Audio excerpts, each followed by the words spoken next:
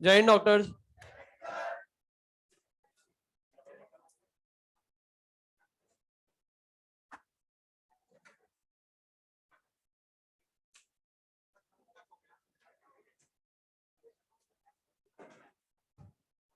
Heading डालेंगे salt bridge. Salt bridge.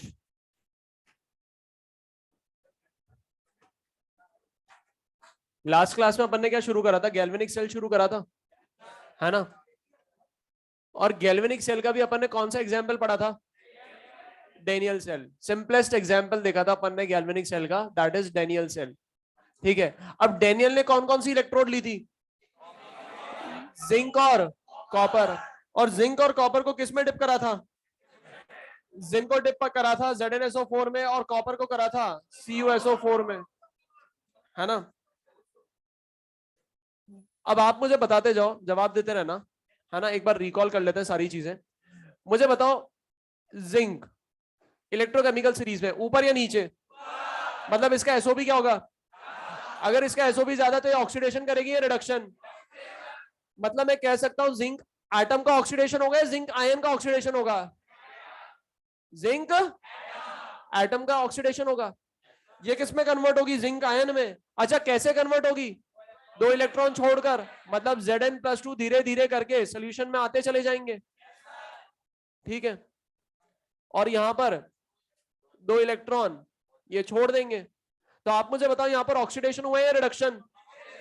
अब अगर यहां पर ऑक्सीडेशन हुआ है तो मैं कह सकता हूं यहां पर ये क्या कहलाएगा? एनोड कहलाएगा। और एनोड कैसा टर्मिनल होता है? Negative terminal. अब अगर मैं कॉपर की बात करूं तो कॉपर इलेक्ट्रोकेमिकल सीरीज में ऊपर या नीचे? मतलब मैं कह सकता हूं कॉपर का क्या होगा? ऑक्सीडेशन या रिडक्शन? अब रिडक्शन किसका होगा? कॉपर एटम का, कॉपर आयन का? कॉपर आयन का क्या होगा? रिडक्शन होगा। और ये किस में कन्वर्ट हो जाएगा? कॉपर एटम में कन्वर्ट हो जाएगा। मतलब मैं कह सकता हूं धीरे धीरे करके कॉपर आयन सोल्यूशन में जो मौजूद है वो रिड्यूस होकर किस में कन्वर्ट हो जाएंगे? कॉपर एटम में कन्वर्ट हो जाएंगे। तो यहां पर ऑक्सीडेशन हुआ है, रिडक्शन? अगर यहां पर रिडक्शन हुआ तो ये क्या कहलाएगा? कैथोड। कैथोड कैसा टर्मिनल? पॉजिटिव टर्मिनल होगा। ये बात समझ में आ रही है? और यहां पर बीच में अपन ने क्या लगाया था? सॉल्ट ब्रिज लगाया था। अब अपन को ये पढ़ना है कि सॉल्ट ब्रिज क्या होता है, कैसे काम करता है, और इसके फंक्शन क्या होते हैं, यूज क्या होते हैं इसके। ठीक है।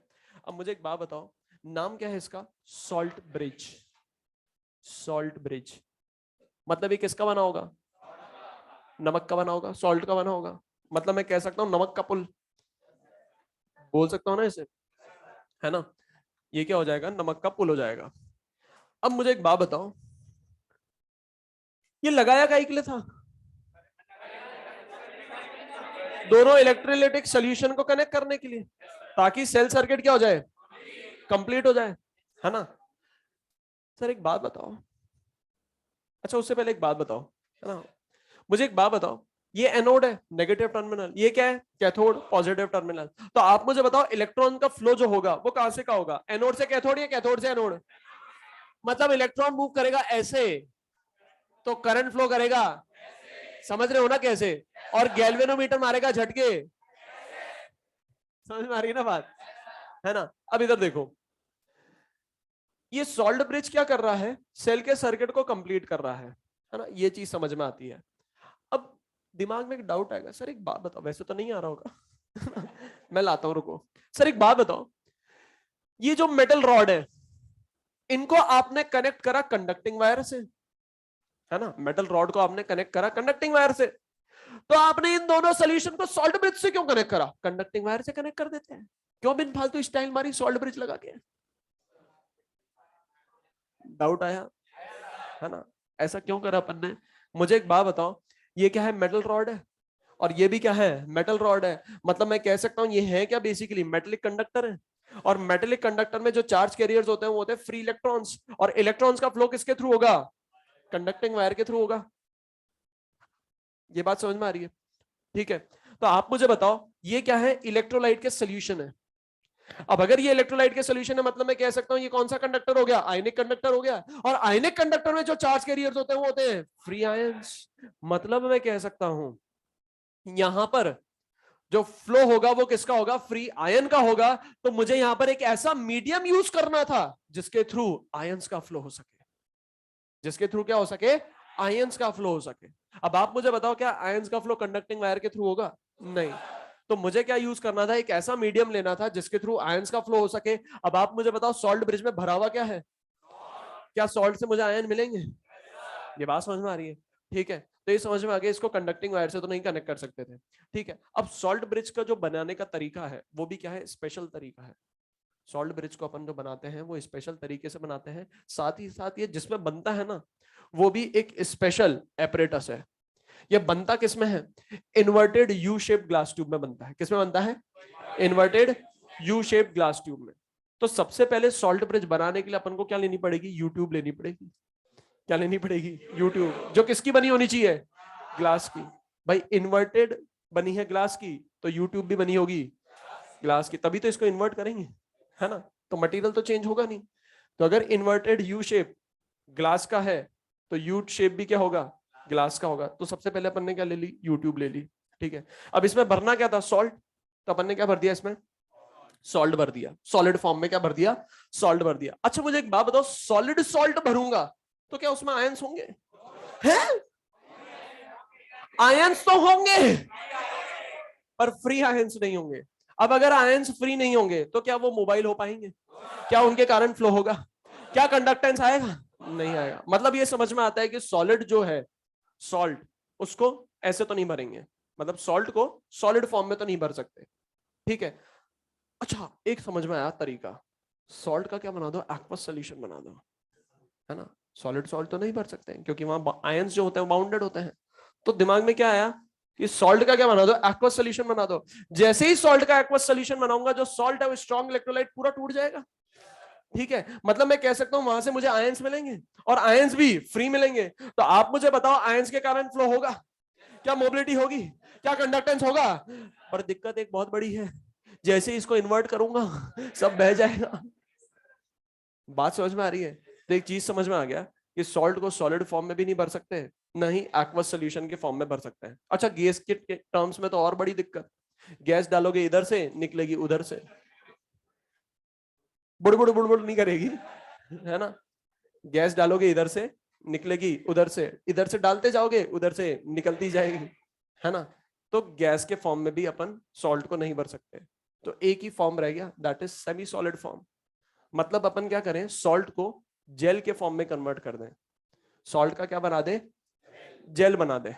ठीक है, अब सॉल्ट को जेल बनाने का तरीका भी स्पेशल होता है। ये मैंने क्या पकड़ रखा है? है ना, इसको रख देता हूं। अब अगर मैं बात करूं, सॉल्ट का क्या बनाना है मुझे? जेल बनाना है। सॉल्ट का क्या बनाना है? जेल बनाना है। और आपने सीख भी रखा है कि सॉल्ट को जेल के फॉर्म में कैसे कन्वर्ट करते हैं। मैं बता देता हूं, एक बार आपको रिकॉल हो जाएगा। एक कंटेनर लो, ठीक है, उसमें क्या डाल दो? पानी डाल दो। और पानी में क्या डालना पड़ेगा?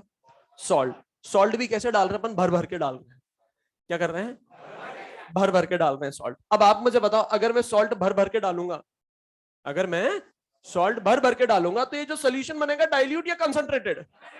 कंसंट्रेटेड सोल्यूशन बनेगा। इसको मैं अच्छे से हिलाऊंगा और क्या बन जाएगा? सॉल्ट सोल्यूशन बन जाएगा। अब मैं क्या करूंगा? आग लगा दूंगा। कहां पे लगाऊंगा? है ना, यहाँ पे मैंने क्या लगा दी? आग लगा दी। अब आप मुझे बताओ, आग लगाने से होगा क्या? ये सोल्यूशन गर्म हो जाएगा और थोड़ी देर बाद क्या हो जाएगा? गर्मा गर्म हो जाएगा। गर्म होने के बाद थोड़ी देर बाद क्या होगा? गर्मा गर्म हो जाएगा। जैसे ये सोल्यूशन गर्मा गर्म होगा, इसमें क्या डाल देना? जिलेटिन डाल देना। क्या डालना? जिलेटिन। और अगर जिलेटिन अवेलेबल नहीं है तो अगर अगर डाल देना। याद करो, आ गया ना याद? है ना, या तो जिलेटिन डालना या अगर अगर डालना, दोनों मत डाल देना, एक ही डालना, या तो जिलेटिन या अगर अगर। ठीक है, अब ये जो सोल्यूशन बना है, ये क्या बन चुका है? सॉल्ट का जेल फॉर्म बन चुका है।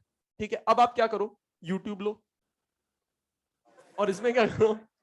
ये सोल्यूशन फिल कर दो। इसमें क्या करो? ये सोल्यूशन क्या कर दो? फिल कर दो और इसको ठंडा होने के लिए रख दो। बात समझ में आ रही है? अब ये जो यूट्यूब है, इसमें जो आपने सोल्यूशन भरा सॉल्ट का, वो अपने आप ठंडा होते ही किस में कन्वर्ट हो जाएगा? जेल के फॉर्म में कन्वर्ट हो जाएगा। ये बात समझ में आ रही है? ठीक है, अब ये जो यूट्यूब है जिसमें आपने जेल भर रखा है, सॉल्ट का जेल भर रखा है, जेल फॉर्म भर रखा है, इसके दोनों एंड्स पे पता है क्या लगाना? इसके दोनों एंड्स पे कॉटन प्लग्स लगा देना। कॉटन प्लग लगाने से क्या होगा कि जैसे ही आप इसको इन्वर्ट करोगे तो जो जेल है वो धमाधम नहीं टपकेगी। ठीक है, साथ ही साथ कॉटन प्लग के कारण होगा क्या, आयंस का जो फ्लो होगा वो स्मूथ होगा। क्या होगा, आयंस का जो फ्लो होगा वो क्या होगा, स्मूथ होगा। मतलब अपन को यहां पर क्या लगानी है, कॉटन प्लग से इसकी क्या करनी है, सीलिंग करनी है। कॉटन प्लग से मैंने क्या कर दिया, इसको सील कर दिया ताकि आयंस का क्या हो, फ्लो स्मूथ हो। ये क्या है, कॉटन प्लग्स। और इसमें क्या भरा हुआ है, सॉल्ट भरा हुआ है। किस फॉर्म में भरा हुआ है, जेल फॉर्म में भरा हुआ है। ठीक है, तो इसमें लिखना सॉल्ट ब्रिज में, to prepare salt bridge, to prepare, हाँ जी हेडिंग सॉल्ट ब्रिज है, to prepare salt bridge, to prepare salt bridge,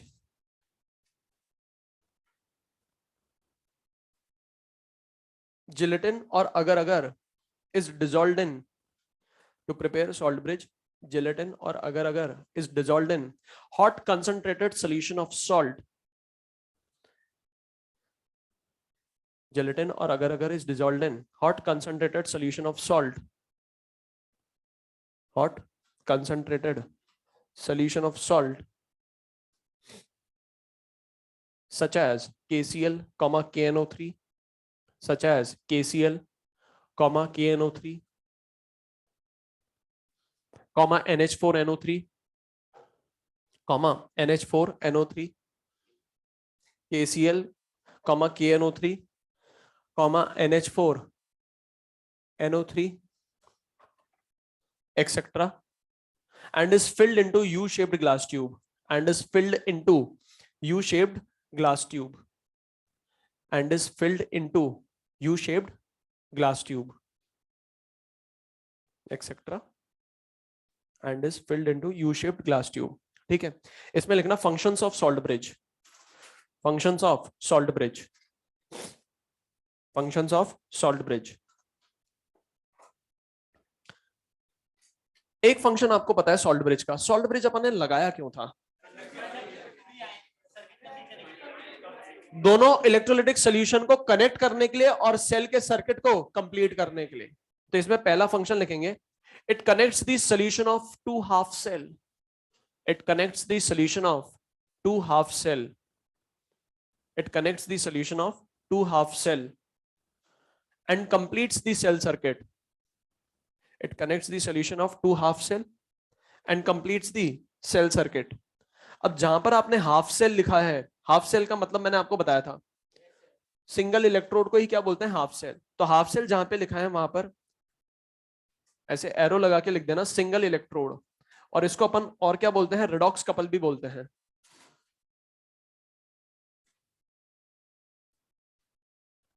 और एग्जाम्पल क्या हो जाएगा, जिंक इन ZnSO4,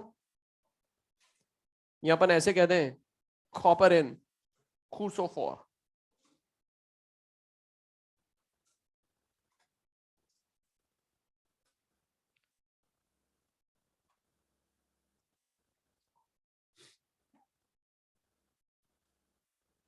ठीक है, सेकेंड फंक्शन की बात करें तो सॉल्ट ब्रिज का जो सेकंड फंक्शन है वो क्या होगा, इसको देखते हैं। अगर मैं यहां पर बात करूं,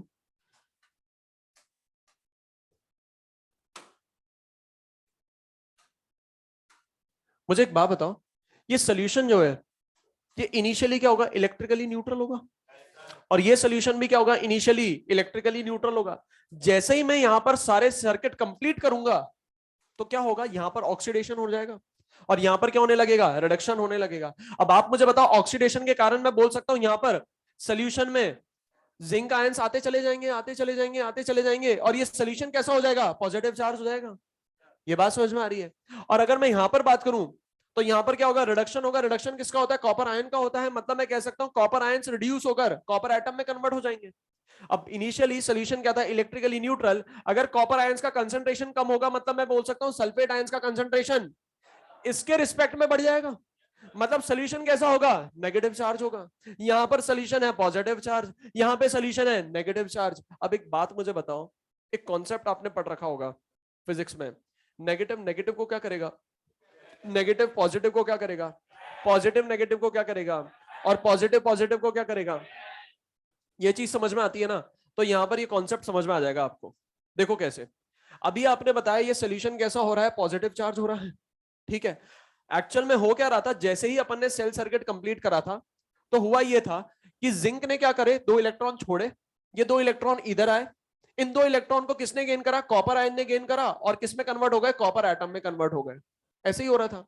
अब आप मुझे बताओ, जैसे ही जिंक 2 इलेक्ट्रॉन छोड़ेगा तो यहां पर मैं कह सकता हूं धीरे धीरे ये सोल्यूशन पॉजिटिव चार्ज होता चला जाएगा, है ना। अब ये पॉजिटिव चार्ज हो गया सोल्यूशन, अगर एक और जिंक 2 इलेक्ट्रॉन छोड़ता है तो ये सोल्यूशन क्या है, पॉजिटिव चार्ज, और ये क्या है, इलेक्ट्रॉन। पॉजिटिव और नेगेटिव के बीच में क्या होगा, अट्रैक्शन होगा या रिपल्शन होगा, अट्रैक्शन होगा। तो आप मुझे बताओ ये सोल्यूशन क्या हो गया, पॉजिटिव चार्ज हो गया, और पॉजिटिव चार्ज के कारण क्या यहां से इलेक्ट्रॉन बाहर जा पाएगा, नहीं जा पाएगा। थोड़ी देर बाद ये सोल्यूशन क्या हो जाएगा, पॉजिटिव चार्ज हो जाएगा, और पॉजिटिव चार्ज के कारण मैं कह सकता हूं यहां से इलेक्ट्रॉन बाहर नहीं जा पाएगा। अब आप मुझे बताओ ये सोल्यूशन क्या हो गया, नेगेटिव चार्ज, और जैसे ही यहां पर इलेक्ट्रॉन आएगा तो इन नेगेटिव नेगेटिव को क्या करेगा, रिपेल करेगा। तो आप मुझे बताओ क्या यहां पर इलेक्ट्रॉन आ पाएगा, मतलब एक स्टेट ऐसी आ गई जब यहां से ना तो इलेक्ट्रॉन जा पा रहा है ना यहां पे इलेक्ट्रॉन आ पा रहा है। तो आप मुझे बताओ क्या कंडक्टिंग वायर से इलेक्ट्रॉन का फ्लो हो पाएगा, क्या गैल्वेनोमीटर झटके मार पाएगा, सेल बंद हो जाएगा।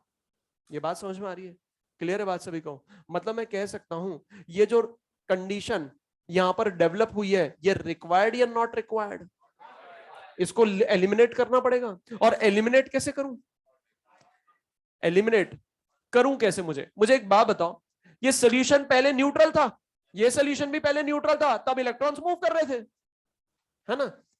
अब क्या हो गया, ये चार्ज हो गया, पॉजिटिव चार्ज हो गया, तो पॉजिटिव नेगेटिव को क्या कर रहा है, अट्रैक्ट कर रहा है, इसलिए इलेक्ट्रॉन यहां से जा नहीं पा रहे हैं। नेगेटिव नेगेटिव को क्या कर रहा है, रिपेल कर रहा है, इसलिए इलेक्ट्रॉन यहां पर आ नहीं पा रहे हैं। तो वापस से इन सोल्यूशन को मैं क्या बना दूं, न्यूट्रल बना दूं, तो वापस से सेल चल पड़ेगा, इलेक्ट्रॉन यहां से फिर जा भी पाएगा और यहां से आ भी पाएगा। ये बात समझ में आ रही है। तो मुझे अल्टीमेटली क्या करना है, इन सोल्यूशन को क्या बनाना है, वापस से न्यूट्रल बनाना है, और न्यूट्रल कौन बनाएगा, सॉल्ट ब्रिज। अब मान लो इस सॉल्ट ब्रिज में जो सॉल्ट है वो है KCl, क्या है, KCl सॉल्ट है। अब आप मुझे बताओ सॉल्ट जो है वो स्ट्रॉन्ग इलेक्ट्रोलाइट, स्ट्रॉन्ग इलेक्ट्रोलाइट से मुझे क्या मिलेगा, K+ और Cl- आयंस, यही मिलेंगे, ठीक है। अब आप मुझे बताओ कि ये जो सोल्यूशन है पॉजिटिव चार्ज, पॉजिटिव चार्ज किसके कारण हुआ, Zn+2 के कारण। तो आप मुझे बताओ जिंक किसको पुकारेगा, K+ को या Cl- को। जैसे ही ये Cl- को पुकारेगा तो Cl- टप टप टप टप करके टपक जाएगी। अरे बोलो कैसे टपकेगी, बात समझ में आ रही है, ठीक है। तो आप मुझे बताओ क्या जिंक न्यूट्रलाइज हो जाएगा, है ना। अच्छा मुझे बताओ यहां पर नेगेटिव चार्ज सोल्यूशन था, नेगेटिव चार्ज किसके कारण था, SO4-2 के कारण। तो आप मुझे बताओ SO4-2 किसको पुकारेगा, तो K+ कैसे टपकेगा, टप टप टप टप करके टपक जाएगा। ये बात समझ में आ रही है,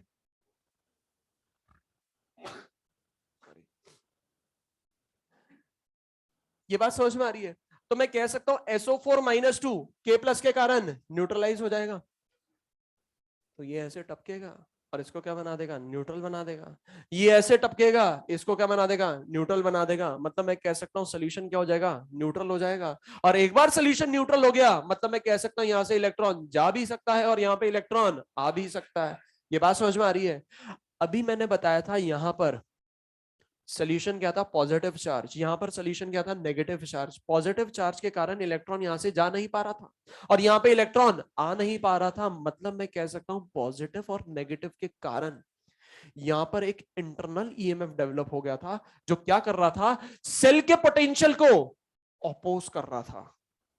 सेल का जो पोटेंशियल है उसके कारण इलेक्ट्रॉन का फ्लो होना चाह रहा था, पर इन सोल्यूशन के इंटरनल ईएमएफ के कारण, इंटरनल पोटेंशियल के कारण हो नहीं पा रहा था।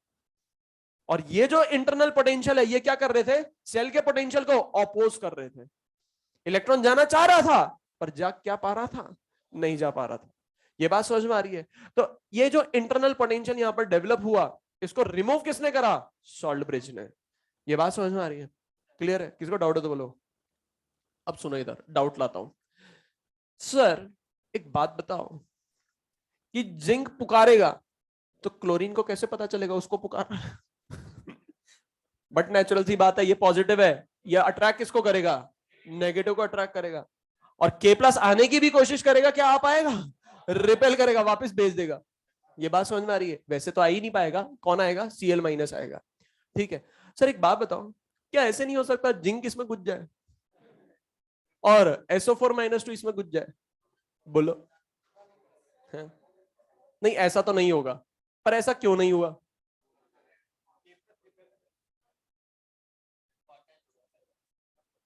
कॉटन प्लग्स को थोड़ी ना पता है कौन कहां से आ रहा है कौन कहां से जा रहा है। सुनो इधर, किसी किसी को तो लग रहा होगा सर ग्रेविटी का इफेक्ट लग रहा होगा अरे टमाटर, यहाँ पर इलेक्ट्रोस्टैटिक फोर्स भी लग रहा है, कोई किसी को पुकार रहा है ना? इलेक्ट्रोस्टैटिक फोर्स, चार्ज के कारण अट्रैक्शन भी तो होगा। अब सुनना ध्यान से, याद करो जब मैंने सॉल्ट का प्रिपरेशन बताया था, सॉल्ट ब्रिज का जब मैंने आपको प्रिपरेशन बताया था, तो मैंने बोला था पानी में भर भर के सॉल्ट डाल रहा हूं, भर भर के सॉल्ट डाल रहा हूं। तो जो सॉल्ट का सोल्यूशन था वो कंसंट्रेटेड था, और अपन जानते हैं जब जब आयंस का फ्लो होता है तब तब कब होता है, हाई कंसंट्रेशन से क्या होगा, लो कंसंट्रेशन होगा। मतलब मैं कह सकता हूं यहाँ पर सॉल्ट ब्रिज में जो सॉल्ट का सोल्यूशन है वो हाई कंसंट्रेशन है, ये क्या है, लो कंसंट्रेशन। मतलब आयंस का फ्लो हमेशा हाई कंसंट्रेशन से लो कंसंट्रेशन होगा। ये बात समझ में आ रही है? क्लियर है बात सभी को? तो ऐसा नहीं होगा कि ये गुज जाए, यही टपकेगा। क्लियर है बात सभी को? ठीक है, इस पॉइंट को लिखो।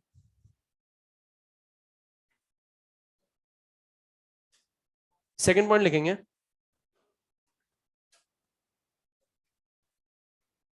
हाँ फंक्शन में ही सेकंड पॉइंट लिखेंगे।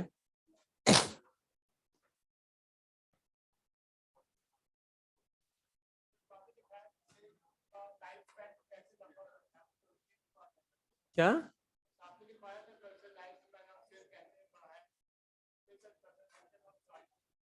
सॉल्ट ब्रिज का तो कंसंट्रेशन वैसे ही हाई होगा, बनाते ही इसको हाई है, उसका तो हाई कंसंट्रेशन रहता है, बाय डिफॉल्ट रहता है हाई। वरना तो फिर अगर लो रखोगे तो सॉल्ट ब्रिज काम ही नहीं कर पाएगा। हाँ, ये लेबल कर दिया पहले, तो ये सुनो, तो करो ना, इसको लेबल करो, वापस थोड़ी ना बनाना है टमाटर, लास्ट क्लास में बनाया था बस, उसमें ये लगा लो यार, फटाफट लिखो, इसको लेबल करो।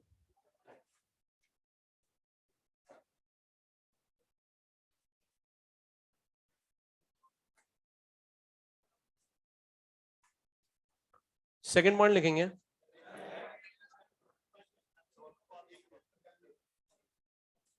इट प्रोवाइड्स, फटाफट लिखो, फटाफट फटाफट बनाओ।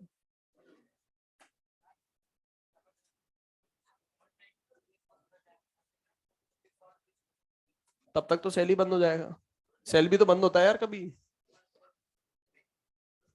पहले सेल चालू तो कर लो बंद करने की बातें बाद में करेंगे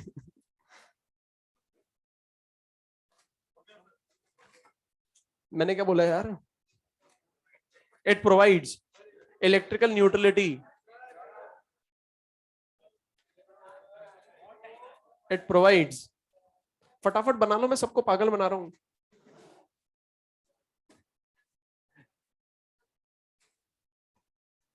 It provides electrical neutrality to both the electrolytic solution. It provides electrical neutrality to both the electrolytic solution. It provides electrical neutrality to both the electrolytic solution. It provides electrical neutrality to both the electrolytic solution. Next line में लिखना same ही point है, it supplies electrical neutrality कैसे provide करा रहा है, to both the electrolytic solution. Electrical neutrality कैसे आ रही है भाई, एनायंस कहां पे टपक रहे हैं, एनोड पे, कैटायन कहां पे टपक रहे हैं, कैथोड पे। अच्छा सुनो ना, इसको थोड़ा इसको थोड़ा सा है ना ऐसे इमेजिन करने की कोशिश करना।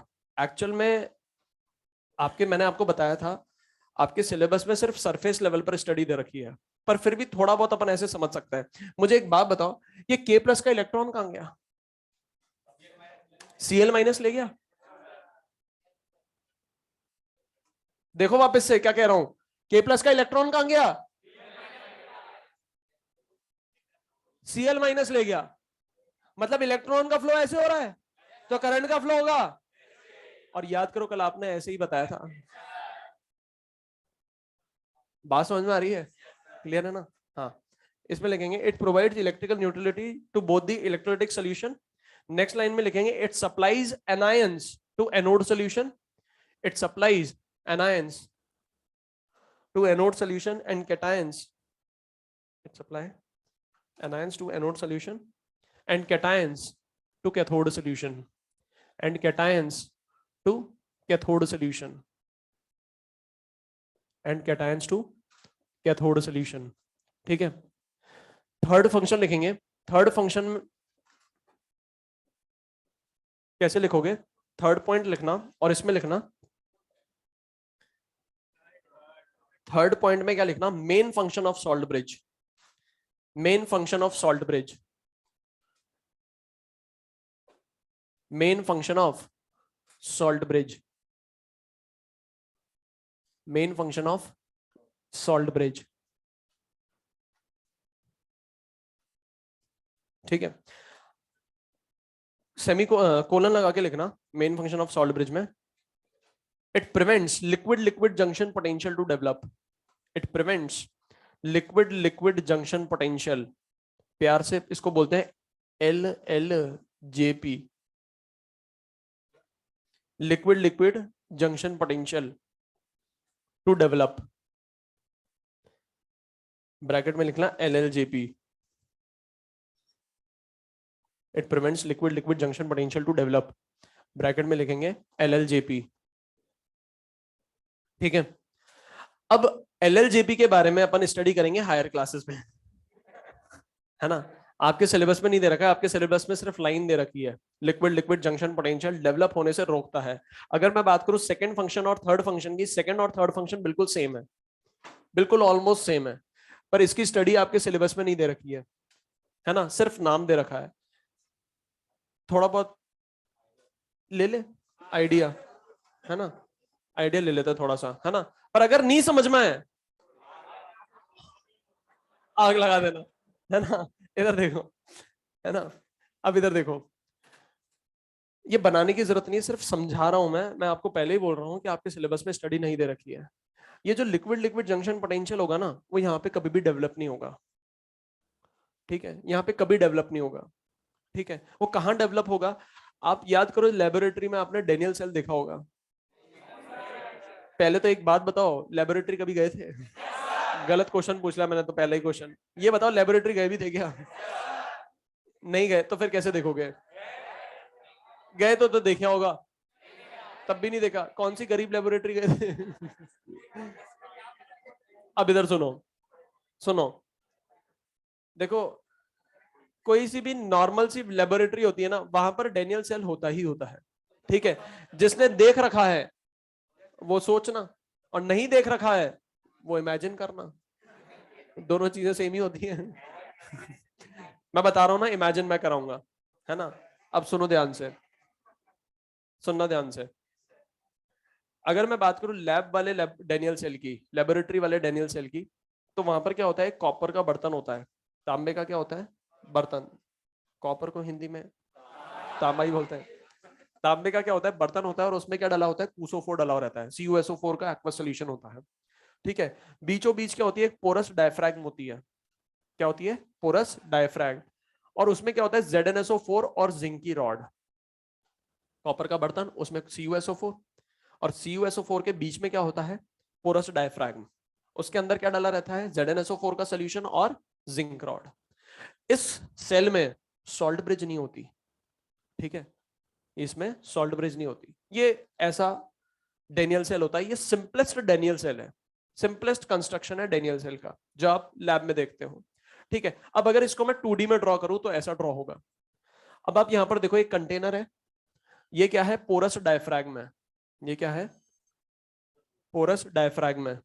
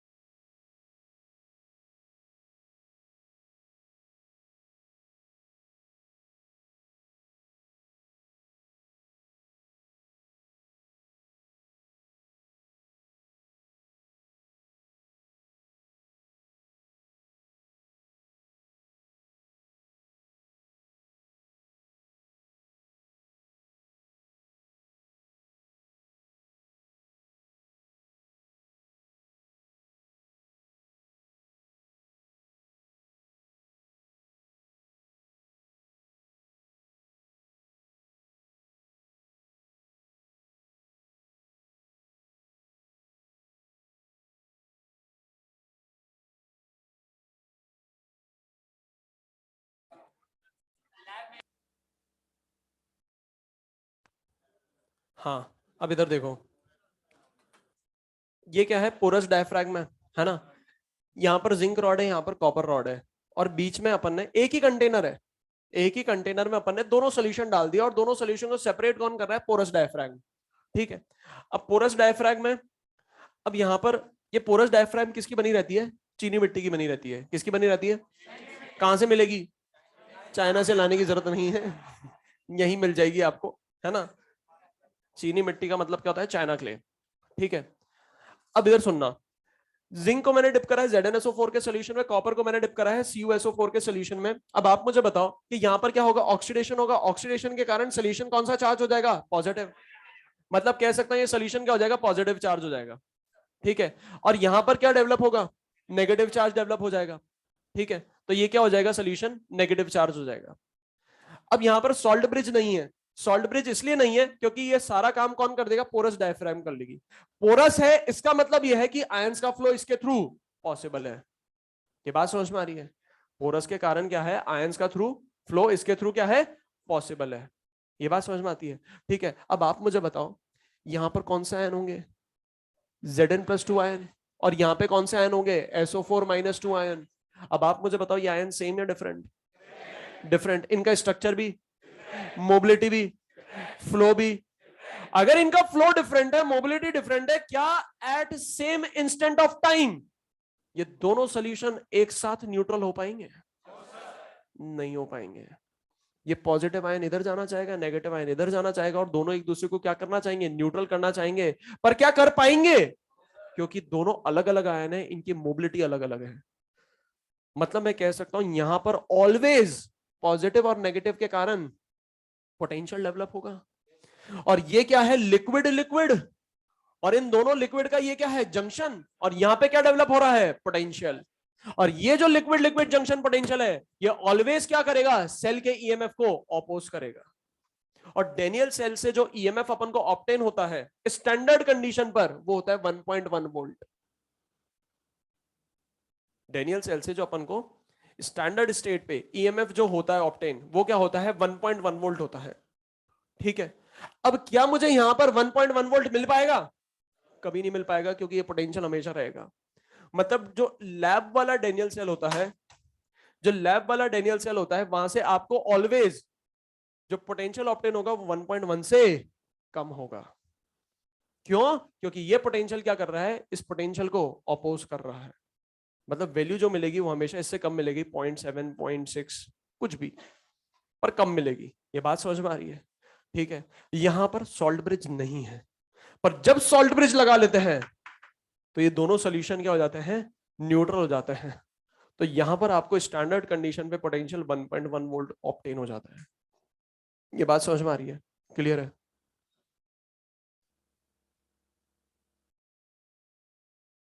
कल से आपको बायो का मॉड्यूल 8 लेकर आना है, स्केड्यूल नोटिस बोर्ड पर देख लीजिएगा आप।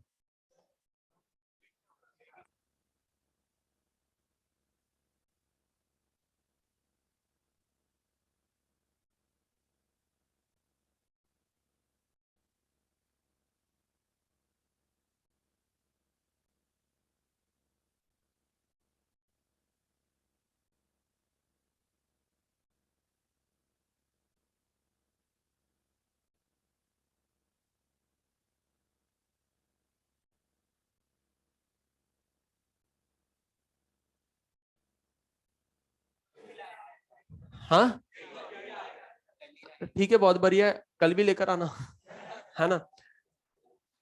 ये चीज समझ में आ गई, लिक्विड लिक्विड जंक्शन पोटेंशियल यहां पर मिलेगा, यहां पर नहीं मिलेगा आपको। ठीक है, तो नोट डाल के एक पॉइंट लिखो इसमें। अपन थर्ड फंक्शन लिख रहे थे ना, है ना। Main function of salt bridge क्या है, it prevents liquid liquid junction potential to develop. अब इसी को अपन थोड़ा सा, मैंने जो अभी आपको समझाया ये नोट में लिख देते हैं थोड़ा सा अपन, है ना। नोट में लिखना, when two different electrolytic solution when two different electrolytic solution when two different electrolytic solution are present in direct contact, when two different electrolytic solution are present in direct contact with each other, are present in direct contact with each other, then a potential is developed. Then a potential is developed at the junction of. Then a potential is developed at the junction of. Then a potential is developed at the junction of two electrodes due to the difference in mobility of. Then a potential is developed at the junction of. मैंने क्या बोला? Then a potential is developed at the junction of two liquids. Then a potential is developed at the junction of two liquids due to the difference in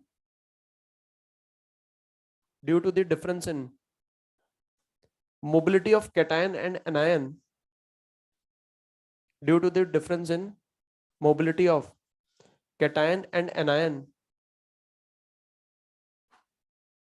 then a potential is developed at the junction of two liquids due to the difference in mobility of cation and anion, which is known as liquid-liquid junction potential.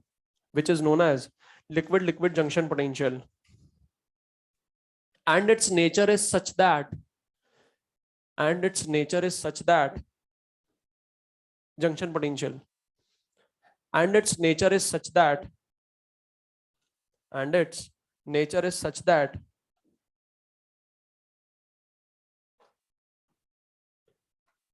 It always opposes EMF of the cell. It always opposes EMF of the cell.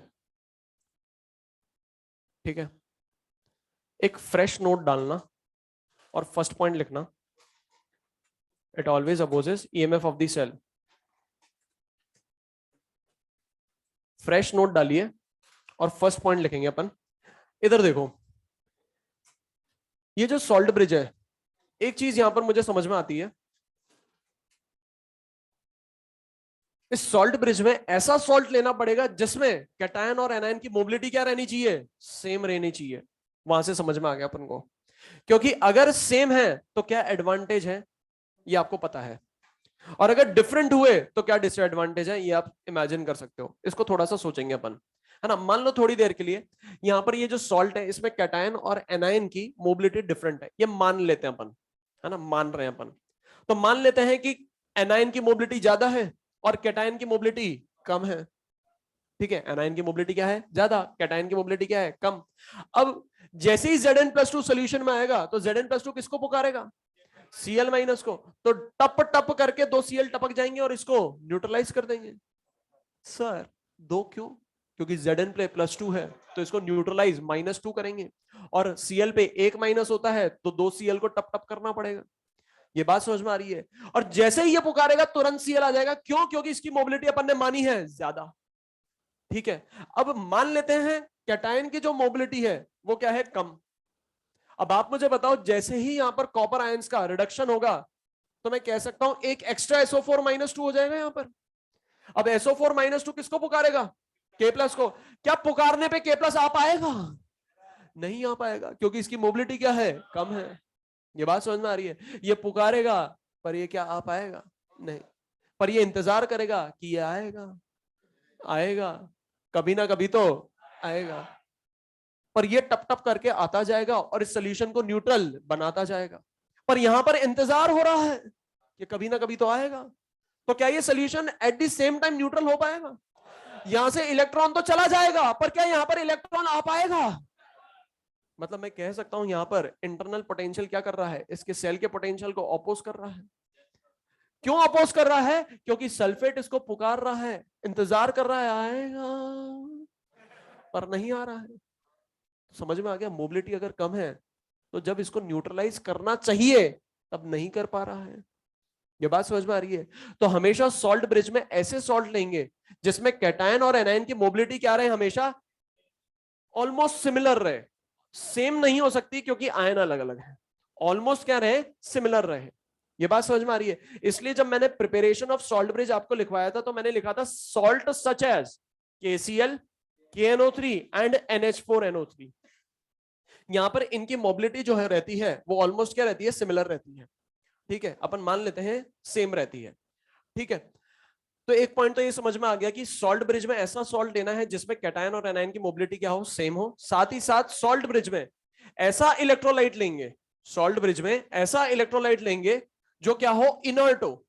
Inert मतलब यहां पर टपकने के बाद reaction में participate नहीं करे।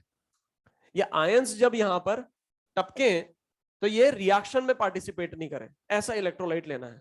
ऐसे नहीं कि पता चला रिएक्टिव इलेक्ट्रोलाइट ले लिया, यहां पर जाके रिएक्शन कर ली और पता चला यहां पर कोई एक्सप्लोसिव रिएक्शन होगी, बनाना था सेल, बन गया बम। बात समझ में आ रही है? तो अपन को कैसा इलेक्ट्रोलाइट लेना है जो क्या हो, इनर्ट हो। ठीक है, अब सपोज करो केसीएल लिया, सॉल्ट ब्रिज में अपन ने क्या ले रखा है, केसीएल। तो कभी भी यहां पर एजी के आयन नहीं होने चाहिए। अगर आप केसीएल ले रहे हो तो एजी के सामने नहीं ले सकते। सपोज करो यहां पर सिल्वर इलेक्ट्रोड होती, तो सिल्वर इलेक्ट्रोड को कहां डिप करते हैं, सिल्वर के आयन में, है ना। और अगर यहां पर सीएल टपकता तो बना देता एजीसीएल, और एजीसीएल बनाता है पपीता, स्पेरिंगली सॉल्युबल सॉल्ट होता है।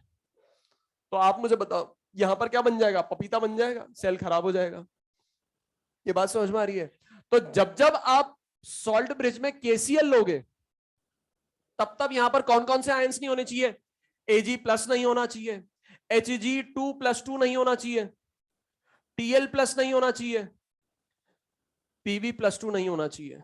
ये आयंस नहीं होने चाहिए। ये बात समझ में आ रही है? ठीक है, और याद करो ना यार, AgCl sparingly soluble salt, Hg2Cl2 sparingly soluble salt, ये आपने पढ़ रखा है। ये क्या बनाते हैं, पपीते बनाते हैं, प्रेसिपिटेट बनाते हैं, याद होंगे ना ये तो आपको। आज होंगे टल्ली पागल, है ना। एक यहां पर वैसे ठीक है ना, नोट डाल के पॉइंट लिखेंगे, नोट डाल के पॉइंट लिखेंगे। पहले पॉइंट तो लिखो, वो यहां पर है ही नहीं पॉइंट। पॉइंट लिखो,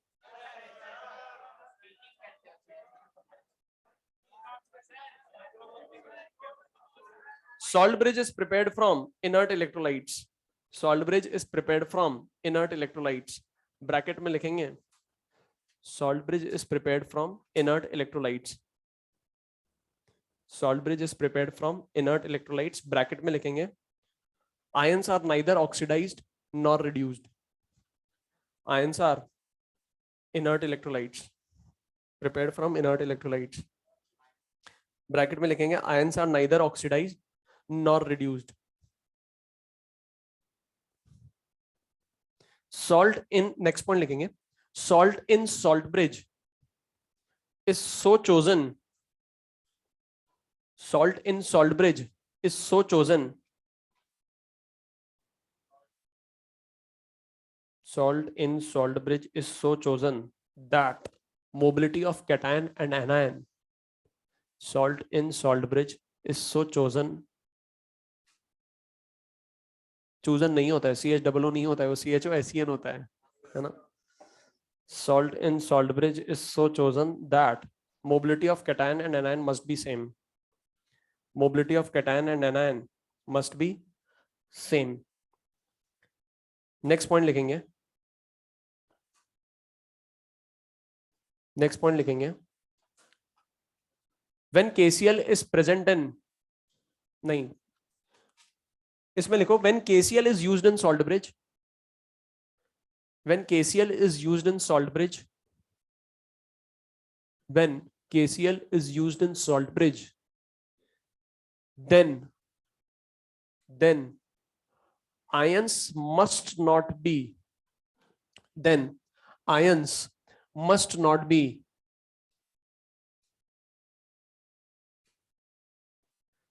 Ag plus Hg2+2 Tl plus Pb+2.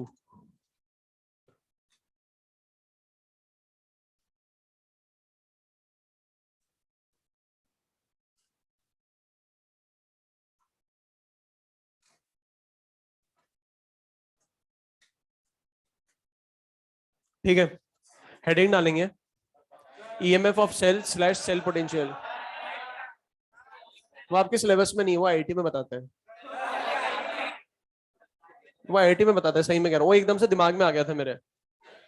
EMF of cell slash cell potential, है?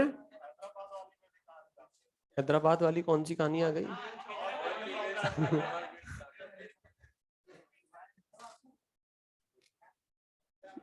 क्या कह रहे हो? आपको याद है ना? याद हो गई लाइन तो फिर क्या दिक्कत है? अब इधर सुनो, सेल का पोटेंशियल अपन को कैलकुलेट करना है। अपन फिजिक्स पढ़ रहे हैं, केमिस्ट्री, तो ईएमएफ और पोटेंशियल में कोई डिफरेंस नहीं है। ईएमएफ ऑफ सेल बोलूं या सेल पोटेंशियल बोलूं, एक ही बात है। ठीक है, अब इधर देखो, अगर मैं बात करूं सेल के पोटेंशियल की, ईएमएफ ऑफ सेल की, है ना, तो सेल का पोटेंशियल कैसे निकालेंगे समझना है। यहां पर मुझे एक चीज समझ में आती है, लेफ्ट में क्या होता है? ऑक्सीडेशन होता है। ऑक्सीडेशन कहां पर होता है? एनोड पर होता है। और एनोड कौन सा टर्मिनल होता है? नेगेटिव। राइट में क्या होता है? रिडक्शन। रिडक्शन कहां पर होता है? कैथोड पे। और कैथोड कौन सा टर्मिनल? मतलब अगर लेफ्ट में ऑक्सीडेशन हो रहा है तो यहां पर कौन सा पोटेंशियल आएगा? Oxidation potential. राइट में अगर रिडक्शन हो रहा है तो कौन सा पोटेंशियल आएगा? मतलब मैं कह सकता हूं सेल का पोटेंशियल होगा oxidation potential of anode plus reduction potential of, oxidation potential of anode plus reduction potential of cathode. ठीक है, अब ये ओपी क्या है? Oxidation potential. साथ साथ दिखता रहना,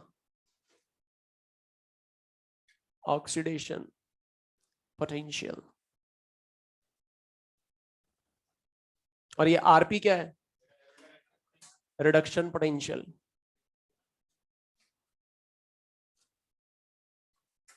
ठीक है, अब इसको थोड़ा सा मॉडिफाई करके लिख रहा हूं मैं। इसको मैं और क्या लिख सकता हूं? E cell is equals to, मुझे एक बात बताओ, आईयूपीएससी ने प्रायोरिटी किसको दी थी? ऑक्सीडेशन पोटेंशियल को या रिडक्शन पोटेंशियल को? उसकी उंगली क्यों पकड़ रहे हो? हाँ, ऑक्सीडेशन पोटेंशियल को या रिडक्शन पोटेंशियल को? रिडक्शन पोटेंशियल को। तो मैं क्या करूंगा, इस ऑक्सीडेशन पोटेंशियल को कन्वर्ट कर रहा हूं रिडक्शन पोटेंशियल में। तो आप मुझे बताओ, ऑक्सीडेशन पोटेंशियल को रिडक्शन पोटेंशियल में कैसे कन्वर्ट करूं? माइनस लगा के। तो फॉर्मूला क्या हो जाएगा? Reduction potential of cathode minus reduction potential of, ये बात समझ में आ रही है? मतलब मैं कह सकता हूं ई कैथोड माइनस ई एनोड, ये फॉर्मूला हो जाएगा। अब यहां पर जो इलेक्ट्रोड पोटेंशियल अपन ने लिखा है कैथोड और एनोड का, ये कौन सा इलेक्ट्रोड पोटेंशियल है? कुछ बोल रहा है क्या? मतलब बाय डिफॉल्ट क्या मानूंगा? Reduction potential. Reduction potential. ठीक है, अब सुनो इधर, सब एक बार सुन लो, बाद में लिखना। देख लो एक बार, इस फॉर्मूले को याद करना है। इस फॉर्मूले के फॉर्म बहुत सारे हैं। एक अपन ने देखा ऑक्सीडेशन पोटेंशियल और रिडक्शन पोटेंशियल के टर्म्स में, एक अपन ने यहां पर देखा रिडक्शन पोटेंशियल के टर्म्स में। अगर मैं चाहूं तो इसको ऑक्सीडेशन पोटेंशियल में कन्वर्ट कर दूंगा माइनस लगा के। तो बहुत डिफरेंट डिफरेंट फॉर्म्स हैं। अपन को एक फॉर्म याद रखना पड़ेगा, बस सिर्फ एक ही फॉर्मेट याद रखेंगे। और फॉर्मेट भी ऐसा वाला याद रखेंगे जिसको प्रायोरिटी किसने दी है? आईयूपीएससी ने।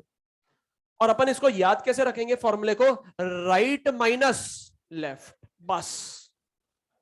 Right minus left. तो सेल का पोटेंशियल क्या हो जाएगा? राइट का पोटेंशियल माइनस लेफ्ट का पोटेंशियल। अच्छा मुझे बताओ, राइट में कौन होता है? एनोड या कैथोड? है, राइट में क्या होता है? कैथोड होता है। लेफ्ट में कौन होगा? एनोड। ये बात समझ में आ रही है? अब कैथोड पे जो दिख जाए उसका पोटेंशियल माइनस एनोड पे जो दिख जाए उसका पोटेंशियल। ये बात समझ में आ रही है? ठीक है। अच्छा सर एक बात बताओ, यहां पर पोटेंशियल कौन सा लेना है? कुछ तो बोल ही नहीं रहा। जब बोल नहीं रहा तो बाय डिफॉल्ट क्या लेकर चलेंगे? Reduction potential. ये बात समझ में आ रही है? मतलब ये लाइन सब कुछ बोल रही है। सेल का पोटेंशियल किसके बराबर हो जाएगा? राइट का पोटेंशियल माइनस लेफ्ट का पोटेंशियल, बस। ये याद रखेंगे। ठीक है, तो अगर मैं स्टैंडर्ड स्टेट पे बात करूं, स्टैंडर्ड कंडीशन पर बात करूं, at standard condition, at standard condition, standard condition पे क्या हो जाएगा? E not cell is equals to E not cathode minus E not anode.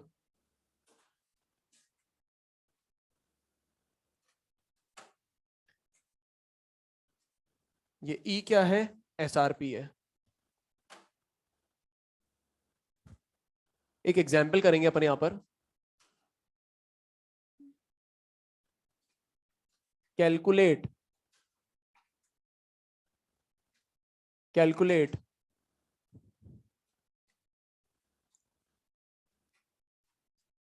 Cell potential of Daniell cell. Calculate cell potential of Daniell cell.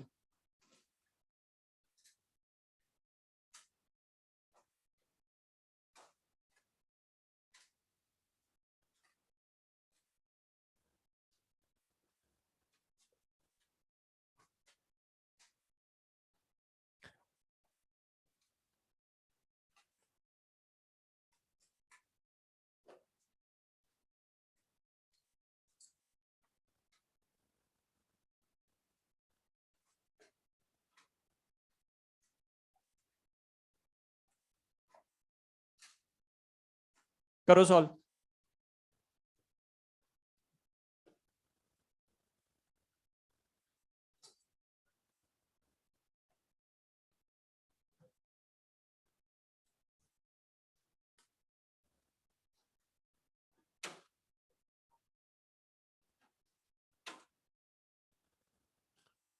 कितना आ रहा है answer? -0.42 आ रहा है, बिल्कुल गलत आ रहा है। अब इधर देखो, मैंने आपको बताया था क्या फॉर्मूला क्या होता है, राइट माइनस लेफ्ट। अब इधर देखना, राइट में कौन दिखाई दिया? कॉपर। लेफ्ट में कौन दिखाई दिया? जिंक। मतलब कॉपर का पोटेंशियल माइनस जिंक का पोटेंशियल। ये चीज समझ में आती है? अच्छा, ये पोटेंशियल कौन सा रखना है? Reduction potential. ये चीज समझ में आती है? अब आप मुझे बताओ, क्या यहां पर कॉपर और जिंक के पोटेंशियल के बारे में कुछ कह रहा है? अरे बहुत कुछ कह रहा है, लास्ट क्लास में बताया था।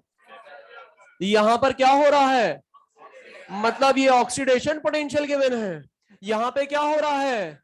मतलब ये रिडक्शन पोटेंशियल गिवन है। ये बात समझ में आ रही है?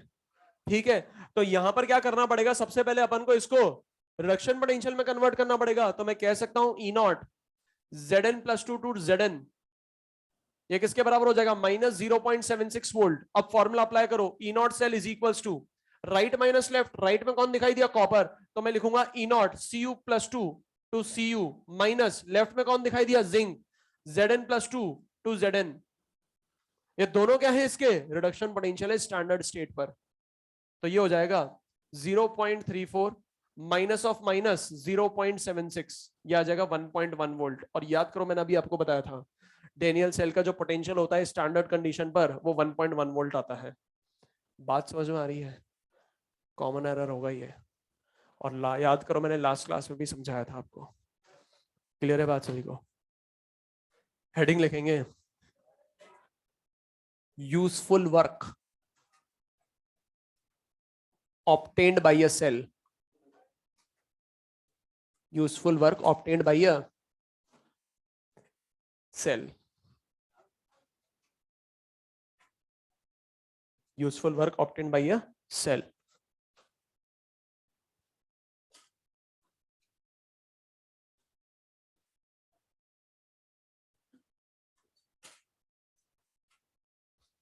ये यूजफुल वर्क का कॉन्सेप्ट आपने कहीं पढ़ रखा होगा थर्मोडायनेमिक्स में। बिल्कुल, गिब्स फ्री एनर्जी। तो फिर तो आपको आता होगा।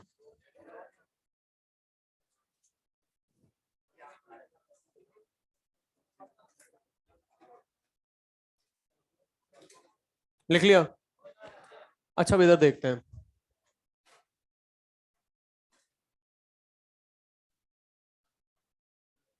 लिख लिया सभी ने?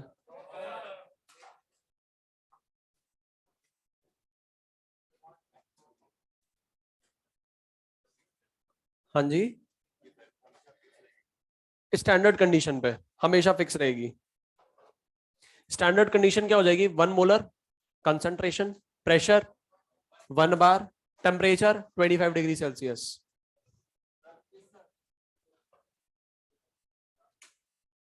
बाद में पूछना।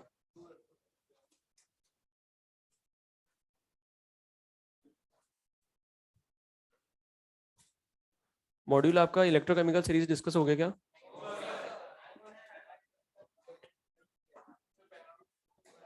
डिस्कशन एक बार भी नहीं हुआ अभी। आज डिस्कशन कर लेंगे अपन। याद दिला देना मेरे को, है ना।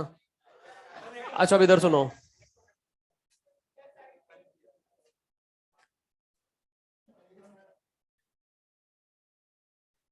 अब इधर देखो, useful work obtained by a cell, useful work done by a cell, एक ही बात है ना। अब इधर सुनना, यहां पर एक थर्मोडायनेमिक्स का कॉन्सेप्ट आता है। मुझे पता है थर्मोडायनेमिक्स आपकी बहुत शानदार है ना। तो अब सुनो, सिखा रहा हूँ थर्मोडायनेमिक्स का कॉन्सेप्ट। एक बस सिंपल सी लाइन लिखनी है मुझे, बहुत सिंपल सी लाइन लिखनी है। उसको लिखने के लिए यहां पर मैं एक आपको एग्जाम्पल कोट करूंगा, ठीक है। वो लाइन आपने थर्मोडायनेमिक्स में पढ़ रखी है, ठीक है। और वैसे इतना ज्यादा काम का भी नहीं है यहाँ पर, हाँ थर्मोडायनेमिक्स में वो लाइन आपको याद होनी चाहिए, ठीक है। अब इधर सुनना, अगर मैं बात करूं यूजफुल वर्क की, तो यूजफुल वर्क कहां से ऑब्टेन होगा, किधर से ऑब्टेन होगा, कौन करेगा? Free energy. जो भी सिस्टम की फ्री एनर्जी होती है वो क्या करती है? यूजफुल वर्क करती है, ठीक है। अब ये फ्री एनर्जी क्या होती है? फ्री एनर्जी का दूसरा नाम होता है गिब्स फ्री एनर्जी, ठीक है। अब ये फ्री एनर्जी का मतलब ये नहीं है कि फ्री में जो मिलने वाली एनर्जी हो उसे बोलते हैं फ्री एनर्जी, नहीं। फ्री एनर्जी का मतलब क्या होता है? वो एनर्जी फ्रीली अवेलेबल है यूजफुल वर्क करने के लिए, वो एनर्जी फ्रीली अवेलेबल है यूजफुल वर्क करने के लिए। ये गिब्स ने एक कॉन्सेप्ट दिया था, ठीक है। अब अगर मैं बात करूं किसी सिस्टम की, सिस्टम के पास बहुत सारे टाइप की एनर्जी होती है, बहुत सारे टाइप की, और सभी एनर्जी का जब मैं सम करता हूं तो मैं क्या बोलूंगा? टोटल एनर्जी, ठीक है, टोटल एनर्जी, ठीक है। अब मान लो कोई सिस्टम है, कोई सिस्टम है और उसके पास ढेर सारी एनर्जी है। तो एनर्जी कौन कौन सी हो सकती है? It can be potential energy, kinetic energy, rotational energy, vibrational energy, फलाना फलाना, बहुत सारी एनर्जी, ठीक है। साथ ही साथ एक और एनर्जी होती है जिसे अपन बोलते हैं फ्री एनर्जी। मतलब टोटल एनर्जी का वो पार्ट जो फ्रीली अवेलेबल हो यूजफुल वर्क करने के लिए, उसे बोलते हैं Gibbs free energy. Total energy का वो छोटा सा पार्ट जो फ्रीली अवेलेबल हो यूजफुल वर्क करने के लिए, उसे क्या बोलेंगे? गिब्स फ्री एनर्जी बोलेंगे। ये बात समझ में आ रही है? ठीक है। मतलब मैं कह सकता हूं इस पार्ट की मदद से, इस फ्री एनर्जी की मदद से अपन क्या करते हैं? यूजफुल वर्क करते हैं। सिस्टम क्या करता है? यूजफुल वर्क करता है, ठीक है। अब एक एग्जांपल लेंगे, मान लो एक लेबर है। क्या है? लेबर। लेबर क्या करती है? मजदूरी करती है। लेबर क्या करता है? मजदूरी करता है। तो मान लो उसने मजदूरी करी 12 नून से 6 पीएम तक, 12 नून से 6 पीएम तक उसने मजदूरी करी। मतलब कितने घंटे करी? 6 घंटे करी। और उस लेबर के पास बहुत सारी टाइप की एनर्जी थी, है ना। फ्री एनर्जी कितनी थी? 100 किलो जूल। फ्री एनर्जी कितनी थी उसके पास? 100 किलो जूल थी। कितनी एनर्जी थी? 100 किलो जूल उसके पास फ्री एनर्जी थी। अब हर घंटे लेबर की जो फ्री एनर्जी है वो कितने से डिक्रीज हो रही है? -10 से। मतलब 10 से क्या हो रही है? डिक्रीज हो रही है। 10 से क्या हो रही है? कम हो रही है। मतलब मैग्नीट्यूड कितना कम हो रहा है? -10 विद साइन, ठीक है। मतलब लेबर जब 1 घंटे काम करता है, तो जब वो वर्क कर रहा है, वो वर्क किसकी मदद से कर सकता है? फ्री एनर्जी की मदद से। फ्री एनर्जी कराएगी उसको वर्क। तो 1 घंटे में कितनी कम हो रही है फ्री एनर्जी? 10 किलो जूल कम हो रही है, ठीक है। अब मुझे एक बात बताओ, लेबर कितना वर्क कर सकता है मैक्सिमम? 100 किलो जूल का वर्क कर सकता है। क्या 100 से ज्यादा कर सकता है? नहीं, 100 से क्या करेगा? कम ही करेगा, ठीक है। उसने कितने घंटे काम करा? 6 घंटे। तो फ्री एनर्जी कितनी कम हुई? 60 किलो जूल कम हो गई। मतलब मैं कह सकता हूं -60 किलो जूल कम हुई ना, मतलब -60 किलो जूल। तो लेबर की फ्री एनर्जी कम कितनी हुई? -60 किलो जूल। तो आप मुझे बताओ लेबर ने काम कितना एनर्जी का करा? लेबर ने काम कितनी एनर्जी का करा? 60 किलो जूल का करा। मतलब मैं कह सकता हूं work done by a system is equal to, decrease in free energy of system. ये बात समझ में आ रही है? लेबर की फ्री एनर्जी कितनी कम हुई? -60। तो उसने काम कितने का करा? 60 किलो जूल का। ये बात समझ में आ रही है? क्लियर है बात सभी को? तो बस यही लाइन थी, work done by a system is equals to decrease in free energy of a system. और फ्री एनर्जी को अपन किससे रिप्रेजेंट करते हैं? डेल्टा जी से। यही क्या कहलाती है? गिब्स फ्री एनर्जी कहलाती है। ठीक है, अब एक बात मुझे बताओ, वर्क डन बाय ए सिस्टम, या सिस्टम कौन है, आप या मैं नहीं हूं, गोचू सेल है। अपन किसके बारे में पढ़ रहे हैं? सेल के बारे में पढ़ रहे हैं। तो यहां पर सिस्टम क्या है? सेल है। अच्छा मुझे बताओ, वर्क डन का फॉर्मूला दिमाग में आ रहा होगा आपके? वर्क डन का फॉर्मूला क्या आ रहा होगा? Minus P delta we. बहुत बढ़िया। अच्छा एक और फॉर्मूला याद आ रहा होगा फिर तो, फोर्स इनटू डिस्प्लेसमेंट। बोलो ना। अब आप मुझे बताओ, क्या हमेशा वर्क डन मैकेनिकल फॉर्म में ही होगा? क्या हमेशा वर्क मैकेनिकल वर्क ही होगा? सेल से कौन सा वर्क मिलेगा? इलेक्ट्रिकल वर्क मिलेगा। सेल से कौन सा वर्क मिलेगा अपन को? इलेक्ट्रिकल वर्क मिलेगा। मतलब मैं कह सकता हूं इलेक्ट्रिकल वर्क, सिस्टम क्या है? सेल है, और सेल से अपन को कौन सा वर्क मिलेगा? इलेक्ट्रिकल वर्क मिलेगा। तो कह सकता हूं इलेक्ट्रिकल वर्क किसके बराबर हो जाएगा? माइनस डेल्टा जी के बराबर हो जाएगा। बोल सकता हूं किसके बराबर हो जाएगा? माइनस डेल्टा जी के बराबर हो जाएगा। और यहां पर इलेक्ट्रिकल वर्क मिलेगा in the form of electrical energy, in the form of electrical energy. और याद करो, इलेक्ट्रिकल एनर्जी का फॉर्मूला आपको बताया गया होगा, Q into V, Q into V, charge into potential difference, बताया गया था, इलेक्ट्रोस्टैट्स में बताया गया होगा। ये बात समझ में आ रही है? तो ये किसके बराबर हो जाएगा? माइनस डेल्टा जी के बराबर हो जाएगा। अब इस फॉर्मूले को थोड़ा सा मॉडिफाई करके लिखना है बस, ये फिजिक्स में आपने पढ़ा था। अब अगर मैं बात करूं पोटेंशियल डिफरेंस की, तो यहां पर पोटेंशियल डिफरेंस को अपन रिप्रेजेंट करते हैं ई से। किससे रिप्रेजेंट करते हैं? ई से रिप्रेजेंट करते हैं। क्यू क्या होता है? चार्ज। क्यू क्या होता है? चार्ज होता है। अब आप मुझे बताओ, अगर मैं जिंक की बात करूं, तो जिंक का क्या होगा? ऑक्सीडेशन। और ऑक्सीडेशन जब होता है तो कितने इलेक्ट्रॉन लॉस करता है? 2 इलेक्ट्रॉन। कॉपर का क्या होगा? रिडक्शन। तो कॉपर जब रिडक्शन करता है तो कितने इलेक्ट्रॉन गेन करता है? 2 इलेक्ट्रॉन। तो आप मुझे बताओ, यहां पर कितना मोल चार्ज ट्रांसफर हुआ? 2 मोल इलेक्ट्रॉन। मैं कह सकता हूं यहां पर चार्ज का जो ट्रांसफर हुआ, चार्ज का जो गेन हुआ, चार्ज का जो लॉस्ट हुआ, वो कितना हुआ? 2 मोल इलेक्ट्रॉन। ये बात समझ में आ रही है? चार्ज कितना ट्रांसफर हो रहा है, गेन हो रहा है या लॉस्ट हो रहा है? 2 मोल इलेक्ट्रॉन। तो आप मुझे बताओ, 1 मोल इलेक्ट्रॉन के कारण जो चार्ज आता है उसे क्या बोलते हैं? फेराडे बोलते हैं। 1 मोल इलेक्ट्रॉन के कारण जो चार्ज आता है उसे क्या बोलते हैं? फेराडे। तो 2 मोल के कारण, 3 मोल के कारण, n मोल के कारण,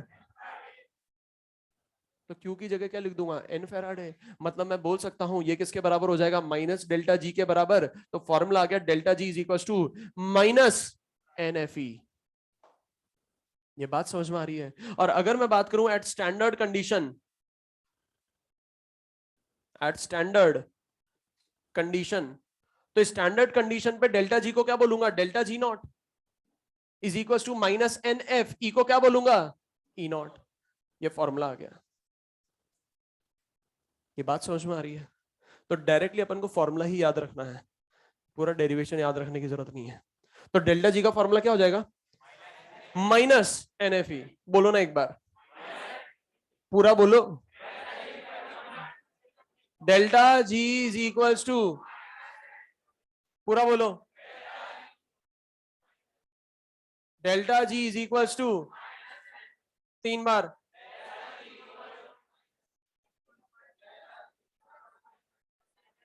delta G is equals to, मजेदार बात पता है क्या है? थर्मोडायनेमिक्स। घुसेगा इलेक्ट्रोकेमिस्ट्री से निकलेगा, बताया था मैंने आपको। बात समझ में आ रही है?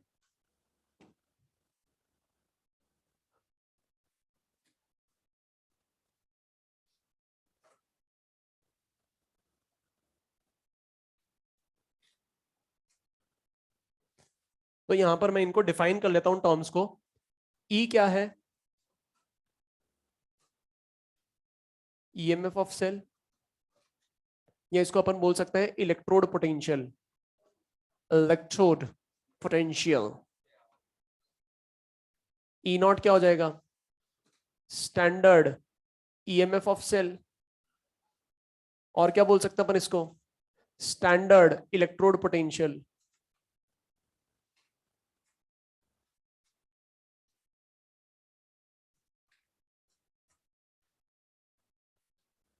एन क्या होगा? Number of moles of electron gained, last और ट्रांसफर्ड।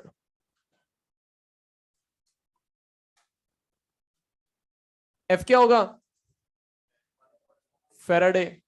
इसकी वैल्यू क्या होती है? एग्जैक्ट वैल्यू बता सकते हो? ये तो अप्रॉक्स वैल्यू होती है। 96500 कूलम अप्रॉक्स वैल्यू होती है।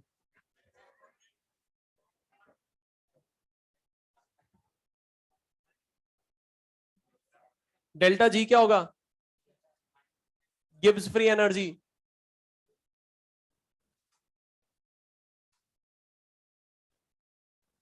कॉपी करो इसको फटाफट, लिख लिया होगा आपने।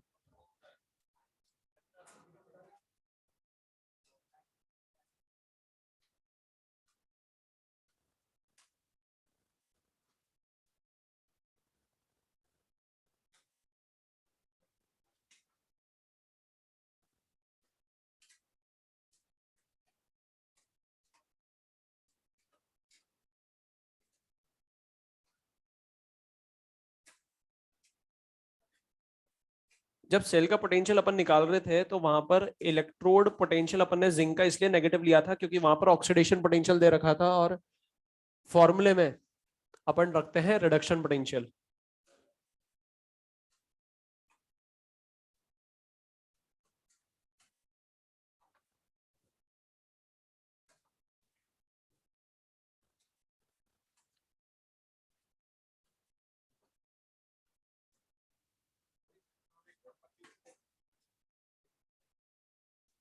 चार्ज ऑन वन इलेक्ट्रॉन कितना होता है? 1.6 इंटू 10⁻⁻19 कूलम। तो आप मुझे बताओ चार्ज ऑन 1 मोल इलेक्ट्रॉन कितना होगा? 1.6 इंटू 10⁻⁻19 इंटू Na, और ये वैल्यू आती है 96487 कूलम। इसको आप बराबर मान के चलते हो,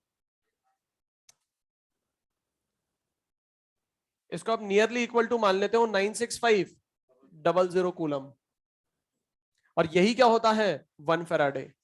charge on 1 mole of electron is known as Faraday, और इसकी वैल्यू आप अप्रॉक्स मान के चलते हो 96500 कूलम। एग्जैक्ट वैल्यू होती है 96487 कूलम। हाँ,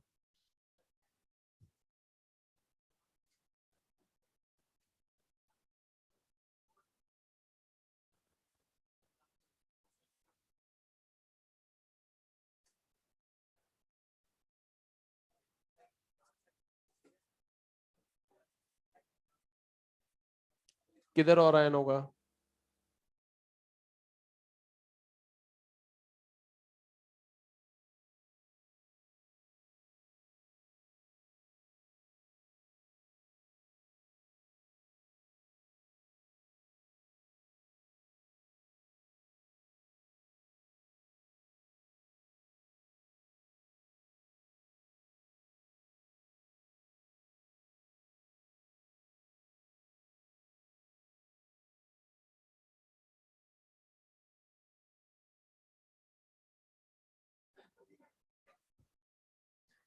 अच्छा, एक यहां पर पॉइंट देखते हैं, नोट डाल के एक पॉइंट समझेंगे यहां पर। मान लो आपको यहां पर बोल दिया गया है कि आपको क्या करना है, एक यहां पर इलेक्ट्रोड कंस्ट्रक्ट करनी है। लिख लिया सभी ने? तो फटाफट लिखो ना, बातें क्यों करने लग गए?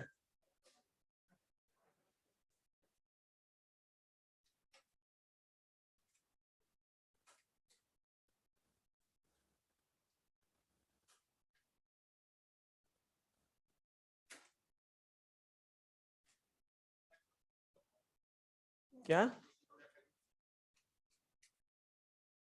आनी तो चाहिए आपको।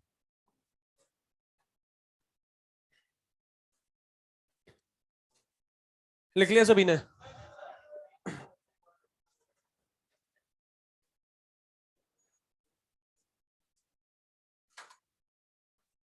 अब आपको किसी ने बोल दिया कि आपको इलेक्ट्रोड कंस्ट्रक्ट करना है, और ऐसा इलेक्ट्रोड कंस्ट्रक्ट करना है गिवन मेटल का जिससे आपको पोटेंशियल सबसे ज्यादा ऑब्टेन हो, जो पोटेंशियल ऑब्टेन हो वो सबसे ज्यादा हो। ठीक है, तो आपको बोला जा रहा है कि एक इलेक्ट्रोड कंस्ट्रक्ट करो जिसका पोटेंशियल वैल्यू जो हो वो सबसे क्या हो, ज्यादा हो। तो आप क्या करोगे, रॉड को मोटा लोगे या पतला? रॉड को क्या लोगे, मोटा लोगे, है ना। और सोल्यूशन भी क्या लोगे, ज्यादा। बहुत बढ़िया। तो रॉड को लेंगे मोटा और सोल्यूशन भी अपन भर भर के लेंगे। अब आपको पता है मैं बिल्कुल चालाक और शातिर हूं। मैंने क्या करा, मेरे को भी बोला गया, अपने बीच में कंपटीशन है कि अपन को ऐसा इलेक्ट्रोड कंस्ट्रक्ट करना है जहां पर पोटेंशियल क्या हो, सबसे ज्यादा हो, है ना। इलेक्ट्रोड कंस्ट्रक्ट करना है और इलेक्ट्रोड जो है वो सेम है, सेम मेटल का इलेक्ट्रोड है। ठीक है, सेम मेटल का इलेक्ट्रोड है। तो आपने क्या करा, मोटी रॉड ले ली, ये सोचकर जितना मोटा लूंगा उतनी ज्यादा वैल्यू आएगी। और आपने क्या करा, सोल्यूशन भी भर भर के ले लिया कि जितना ज्यादा सोल्यूशन होगा उतना ज्यादा पोटेंशियल आएगा। मैंने क्या करा, एक पतली सी छोटी सी ट्यूब ले ली, ठीक है, और इसमें क्या डाल दिया, एक पतली सी वायर डाल दी, ठीक है, बड़ी चालाकी से। और आपका ये सोल्यूशन थोड़ा सा चुरा के इसमें भर दिया, ठीक है, थोड़ा सा चुरा के भर दिया, है ना। मैंने पूछ कर लिया आपसे कि भाई थोड़ा सा दे दो, तो आपने इसमें लेकर मैंने इसमें डाल दिया। ठीक है, अब मुझे एक बात बताओ, यहां से मान लेते पोटेंशियल आएगा E01, तो यहां से कितना आएगा, शाबाश, बहुत बढ़िया बात बताई आपने मेरे को, है ना। मान लेते हैं यहां पर कंसंट्रेशन है M1 और यहां पर है, और अपन को पता है कि यहां पे जो सोल्यूशन आया वो कहां से आया है, यहां से आया है। मतलब मैं कह सकता हूं M1 किसके बराबर है, M2 के बराबर है। अगर M1 M2 के बराबर है तो यहां से मैं कह सकता हूं जो पोटेंशियल आएगा E01 वो किसके बराबर होगा, E02 के बराबर होगा। ठीक है, अब सुनते जाओ, बातें सुनते जाओ। इस रिजल्ट के बेसिस पर मैं कुछ कंक्लूजन निकाल सकता हूं। अभी तो रिजल्ट कैसे आया उसके बारे में नहीं जानते अपन। इस रिजल्ट के बेसिस पे मैं दो कंक्लूजन निकाल सकता हूं। वो क्या निकाल सकता हूं कि जो इलेक्ट्रोड पोटेंशियल की वैल्यू होती है वो इस बात पे बिल्कुल भी डिपेंड नहीं करती कि इलेक्ट्रोड की साइज क्या है। ये बात समझ में आ रही है। साथ ही साथ इलेक्ट्रोड पोटेंशियल की जो वैल्यू होती है वो इस बात पर भी डिपेंड नहीं करती कि अमाउंट ऑफ सोल्यूशन कितना है। बात समझ में आ रही है। आपने सोल्यूशन लिया ज्यादा, रॉड ली मोटी, मैंने सोल्यूशन लिया कम, रॉड ली पतली, फिर भी पोटेंशियल सेम आ रहा है। मतलब कह सकता हूं जो इलेक्ट्रोड पोटेंशियल होता है वो साइज ऑफ इलेक्ट्रोड पे भी डिपेंड नहीं करता और अमाउंट ऑफ सोल्यूशन पे भी डिपेंड नहीं करता। किस बात पे डिपेंड करेगा, concentration of ions in solution पे डिपेंड करेगा। और याद करो इलेक्ट्रोड पोटेंशियल में मैंने आपको बताया था electrode potential mainly depends on three factors. Nature of electrode, electrode दोनों सेम ली थी। Second, concentration of ions in solution, and third, temperature and pressure. ये बात समझ में आ रही है, क्लियर है बात सभी को। अब दिमाग में डाउट आएगा सर ये बराबर आया कैसे। अपन ने तो ऑब्जर्वेशन निकाल ली, बराबर आया मतलब साइज क्या होगी, भले सेम हो या डिफरेंट हो पोटेंशियल सेम आएगा। मतलब जो इलेक्ट्रोड पोटेंशियल की वैल्यू है साइज पे डिपेंड नहीं करती, साथ ही साथ अमाउंट ऑफ सोल्यूशन पे भी डिपेंड नहीं करती। ये अपन ने कंक्लूजन निकाला, पर ये रिजल्ट बराबर कैसे आ गया इसका मैं लाइव एग्जांपल आपको दे सकता हूं। मुझे एक बात बताओ, एसी के जो रिमोट में अपन सेल डालते हैं, आजकल पेंसिल सेल आते हैं बिल्कुल पतले से, जो टीवी एलईडीज आती हैं आजकल, एलसीडीज आती हैं, उसमें भी पतले वाले सेल डलते हैं, है ना, पेंसिल सेल जिसे कहते हैं, है ना। उससे थोड़े से मोटे और सेल आते हैं जो वॉल क्लॉक में डलते हैं। अभी भी वॉल क्लॉक में वही सेल डलते हैं, थोड़े से मोटे वाले सेल डलते हैं, पेंसिल सेल नहीं डलते, मोटे वाले सेल डलते हैं। ठीक है, बहुत पुराने, बहुत मतलब बाबा के जमाने में निप्पो वाले सेल आते थे, मोटे मोटे, निप्पो पोपो, मोटे मोटे, है ना, मोटे मोटे सेल। अब अगर मैं बात करूं तो उन सेल में भी, अगर उन सेल की बात करूं तो ऐसे सेल हुआ करते थे निप्पो वाले, निप्पो की भी बहुत वैरायटी आती थी, उसमें भी ऐसे सेल हुआ करते थे जिसमें पोटेंशियल अपन को मिलता था 1.5 वोल्ट। कितना मिलता था, 1.5 वोल्ट। और ये जो पेंसिल सेल होता है ना जो अपन यूज करते हैं, इसमें भी पोटेंशियल होता है, पढ़ा होगा आपने कभी, 1.5 वोल्ट।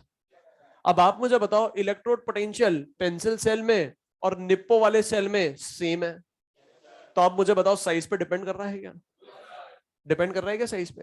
एक चीज तो समझ में आती है, इसकी साइज बड़ी है मतलब इसमें मसाला भी ज्यादा होगा, मसाला मतलब इलेक्ट्रोलाइट भी ज्यादा होगा, मतलब इलेक्ट्रोलाइट का सोल्यूशन भी ज्यादा होगा और रॉड भी मोटी होगी। बात समझ में आ रही है?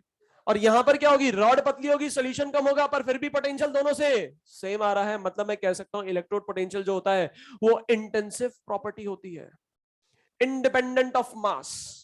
इंटेंसिव प्रॉपर्टी का मतलब क्या होता है? आई से आई मिलाओ आंसर पाओ, इंटेंसिव इंडिपेंडेंट। ये बात समझ में आ रही है?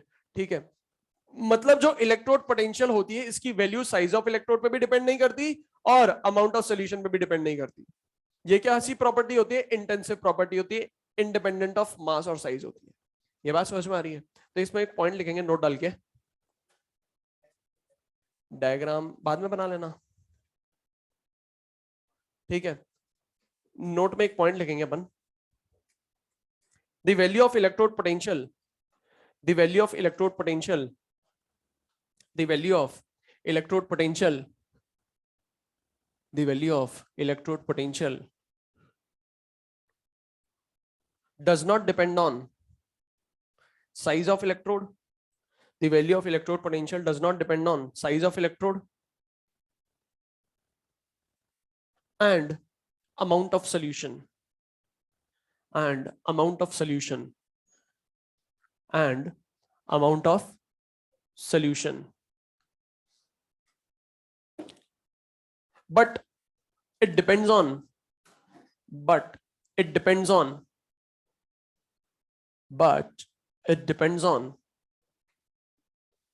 concentration of ions in solution. But it depends on concentration of ions in solution.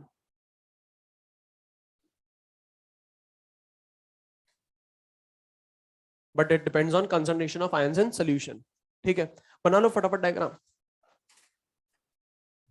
बना लिया?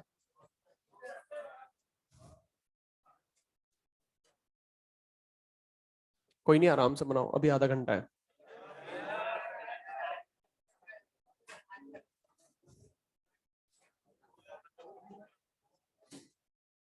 कितने दिनों बाद लास्ट क्लास आई है, मैं सोच रहा हूँ। परसों का भाई जरा बताना।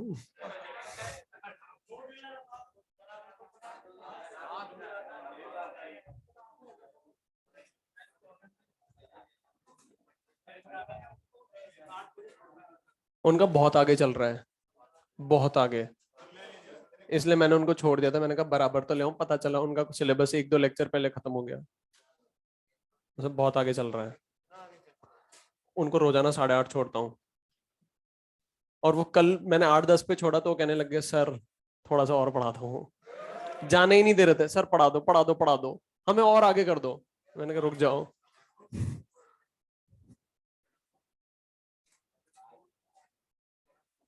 पता ही नहीं पड़ता है 1.5 घंटा कैसे निकल जाता है क्लास में। आप तो बैठे हो, मैं तो खड़ा हूं, तो मुझे तो और ज्यादा पता पड़ना चाहिए। So what.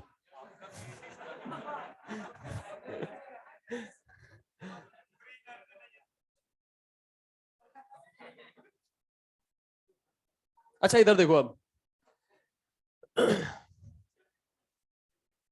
है ना, इधर देखो, मुझे एक बात बताओ, यहां पर क्या हो रहा है? ऑक्सीडेशन हो रहा है या रिडक्शन हो रहा है? ऑक्सीडेशन हो रहा है या रिडक्शन हो रहा है? रिडक्शन हो रहा है। तो मैं कह सकता हूं यहां पर पोटेंशियल के बारे में कुछ कह रहा है क्या? तो बाय डिफॉल्ट क्या मानूंगा? अरे बहुत कुछ कह रहा है। मैंने आपको बताया था रिएक्शन के सामने अगर सेमीकोलन लगाकर पोटेंशियल दे रखा है तो यहां पर रिएक्शन में जो प्रोसेस हो रहा है वही पोटेंशियल यहां दे रखा होगा। अब भले ही यहां पे रिडक्शन हो रहा हो तो इसको क्या मानेंगे अपन? रिडक्शन पोटेंशियल मानेंगे। हाँ, आप ऐसे भी सोच सकते हो कि सर कुछ भी नहीं दे रखा है तो रिडक्शन पोटेंशियल मानेंगे, पर ऐसा सोचना गलत हो जाएगा, है ना। आंसर सही आएगा आपका, रिडक्शन पोटेंशियल ही दे रखा है स्टैंडर्ड कंडीशन पर जिस तरीके से सोच रहे हो वो गलत है। रिएक्शन के सामने मैंने आपको बताया था सेमीकोलन लगा के अगर पोटेंशियल गिवन है मतलब रिएक्शन में जो प्रोसेस हो रहा होगा उसी का पोटेंशियल सामने गिवन है, मतलब ये रिडक्शन पोटेंशियल आपको गिवन है स्टैंडर्ड कंडीशन पर, मतलब ये क्या है एसआरपी है। ठीक है, अब आप मुझे बताओ अगर सपोज करो इस रिएक्शन को मैं 2 से डिवाइड कर दूं, किससे डिवाइड कर दूं, 2 से डिवाइड करूंगा तो ये क्या हो जाएगा हाफ A2 हो जाएगा, प्लस इलेक्ट्रॉन गिव्स A-, तो मान लेते हैं इसका पोटेंशियल है E02, तो E02 की वैल्यू किसके बराबर होगी, x/2 के बराबर होगी नहीं होगी, x के बराबर होगी, पक्का, बिल्कुल सही कह रहे हो। ये बात समझ में आ रही है, क्योंकि जो इलेक्ट्रोड पोटेंशियल होता है वो इंटेंसिव प्रॉपर्टी होती है, इंडिपेंडेंट ऑफ मास होती है। ये बात समझ में आ रही है, अगर रिएक्शन को करोगे आधा तो ये कभी नहीं होगा, पर डेल्टा जी हो जाएगा। क्यों, क्योंकि डेल्टा जी एक्सटेंसिव प्रॉपर्टी होती है, जितने भी टाइप की एनर्जी होती है सारी की सारी एक्सटेंसिव प्रॉपर्टी होती है, सारी की सारी एक्सटेंसिव होती है। तो ये हो जाएगा delta G naught q is equals to y/2। ये बात समझ में आ रही है, तो यहां पर लिख लेना ये क्या है एक्सटेंसिव प्रॉपर्टी, और ये क्या है इंटेंसिव प्रॉपर्टी। ये मत लिखो, इसमें एक लाइन लिखना electrode potential is an intensive property, कहीं भी लिख दो, ऊपर पढ़ो नीचे पढ़ो पर पढ़ना ही तो है अपन को। Electrode potential is an intensive property, electrode potential is an intensive property, electrode potential is an intensive property. और ये क्वेश्चन एक बार पूछ भी गया था एग्जामिनर ने, अब इसको लिख लो फटाफट। क्वेश्चन ऐसा था which of the following properties is an intensive property, ऐसा कुछ क्वेश्चन था।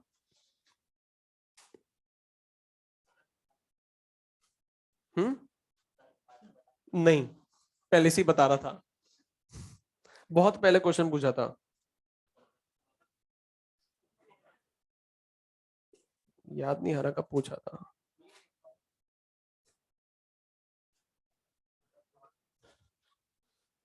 थॉट थोड़ी ना लिखेंगे अभी, अभी हेडिंग डालेंगे Nernst equation, Nernst equation, Nernst की इक्वेशन जो लिखेंगे अपन वो कैसे लिखेंगे, सबसे पहले अपन हेडिंग डालेंगे नर्स्ट इक्वेशन, और नर्स्ट की स्पेलिंग अपने अकॉर्डिंग मत लिखना, जो उसके मम्मी पापा ने सेट करी थी उसके अकॉर्डिंग लिखना, नर्स्ट इक्वेशन।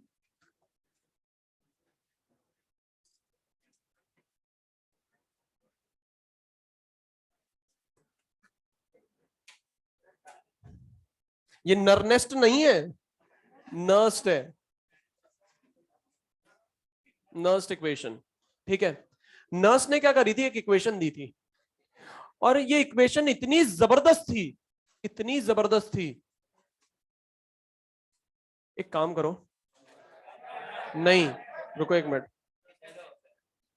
मैंने delta G is to minus NFE लिखवाया था आपको, है ना, वहां पर एक पॉइंट मैं बताना भूल गया आपको, पेज पलटो एक बार।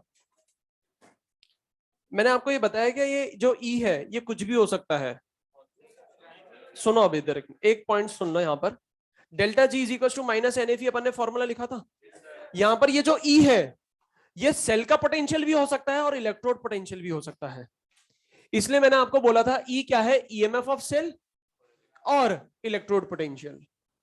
ये बात समझ में आ रही है, ठीक है, तो E जो है यहां पर EMF ऑफ सेल भी हो सकता है जिसे अपन सेल पोटेंशियल भी बोलते हैं, और क्या हो सकता है एक सिंगल इलेक्ट्रोड का पोटेंशियल भी हो सकता है, इसलिए मैंने यहां पर N जो लिखा है वो number of moles of electron transfer नहीं लिखा, गेन्ड भी लिखा है, लॉस्ट भी लिखा है और ट्रांसफर भी लिखा है। अगर मैं जिंक इलेक्ट्रोड की बात करूं तो इलेक्ट्रॉन क्या होंगे लॉस्ट, कॉपर इलेक्ट्रोड की बात करूं तो इलेक्ट्रॉन क्या होंगे गेन, और दोनों को कनेक्ट कर दूं तो इलेक्ट्रॉन होंगे ट्रांसफर।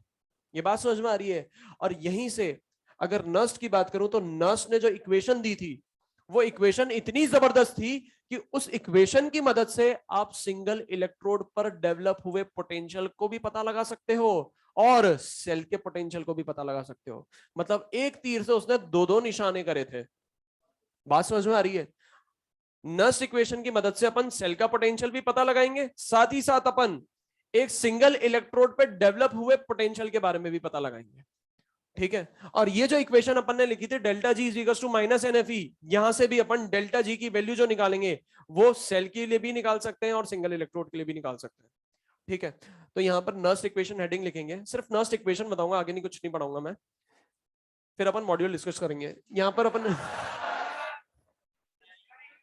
नर्स्ट इक्वेशन में लिखेंगे it is used to calculate, it is used to calculate, it is used to calculate, it is used to calculate EMF of cell and electrode potential. It is used to calculate EMF of cell and electrode potential. अब Nernst equation की बात करें अपन, तो Nernst equation दिखाई कैसी देती है? अपने सिलेबस में इसका डेरिवेशन नहीं है, अपन को डायरेक्ट इक्वेशन लिखनी है, पर फिर भी मैं आपको इसके डेरिवेशन की थोड़ी सी झलक दिखाऊंगा।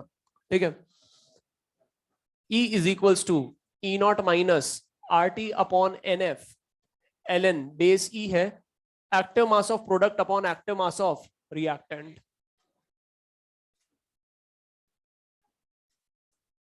और ये क्या होता है? Active mass of product upon active mass of reactant क्या कहलाता है? Reaction quotient. ये आपने केमिकल इक्विलिब्रियम में पढ़ा होगा। ठीक है, अब ये क्या है? ओरिजिनल इक्वेशन है नर्स्ट की। ठीक है, E is equal to E naught minus RT upon NF ln, ln की बात कर रहे हैं, मतलब यहां पर बेस क्या होगा? E by default, active mass of product upon active mass of reactant. ठीक है, कॉपी करो इसको।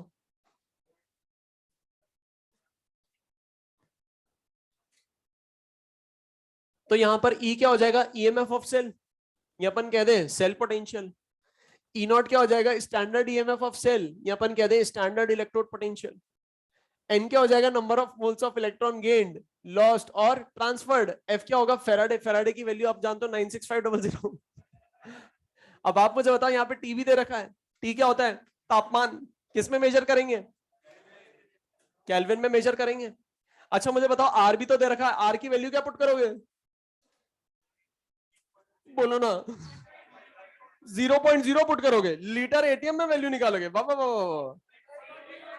पोटेंशियल की बात कर रहे हैं, फॉर्म ऑफ एनर्जी, एनर्जी वाली यूनिट 8.314, हाँ जूल।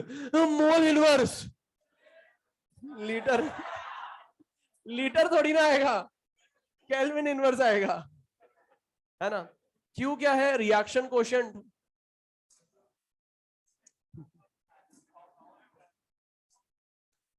और स्क्वायर ब्रैकेट का मतलब क्या होता है? एक्टिव मास।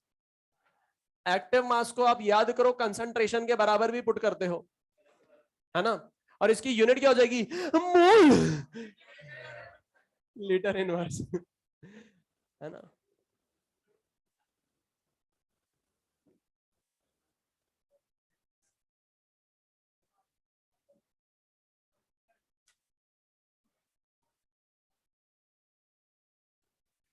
क्या कह रहे हो? कह रहे हो छोड़ दो? अभी तो ये शुरू हुआ है।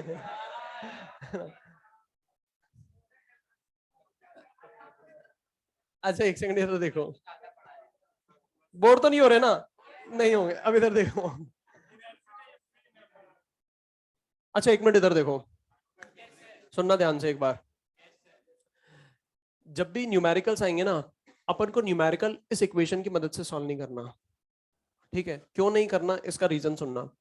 F की वैल्यू कांस्टेंट होती है 96500, T की वैल्यू अपन जानते हैं स्टैंडर्ड कंडीशन पर क्या होती है?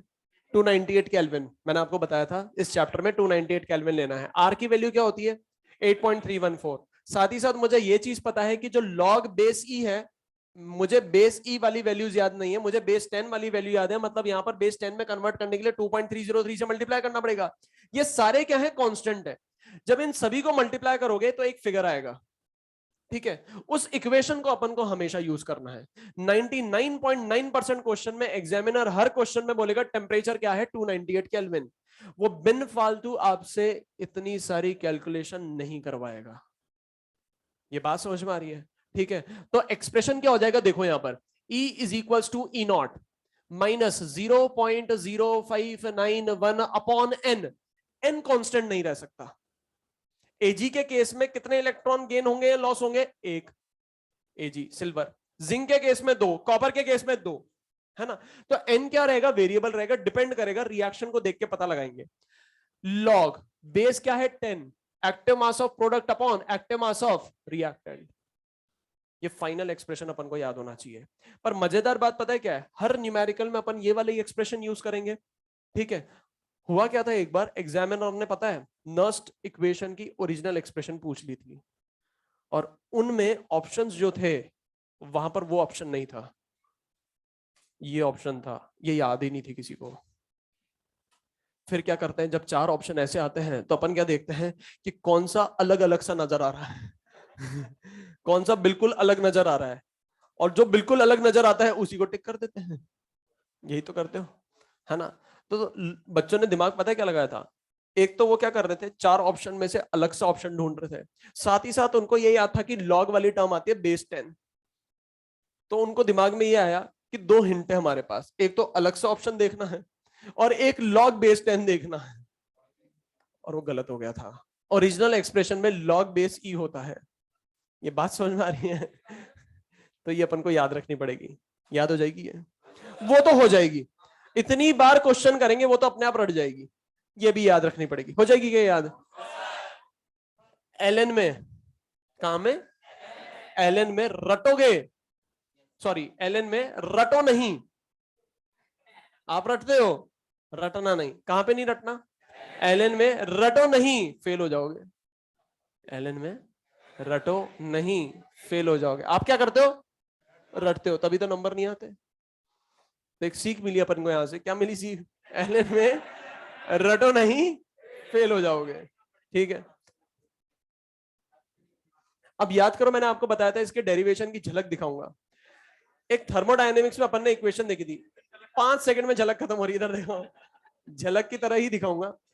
एक एक्सप्रेशन आपने पढ़ा होगा थर्मोडायनेमिक्स में, delta G is equal to delta G naught plus R T L N Q.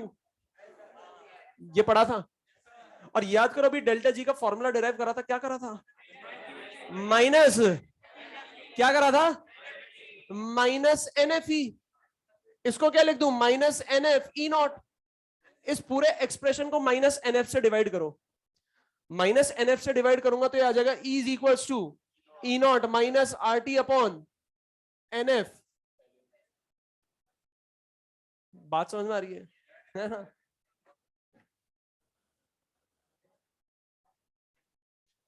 Module निकालो फटाफट।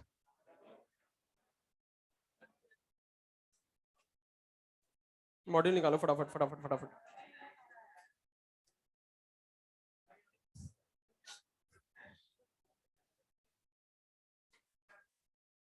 एक्सरसाइज 1 डिस्कस कर लेते हैं बस, है ना, पूरा नहीं करेंगे, सिर्फ एक्सरसाइज 1।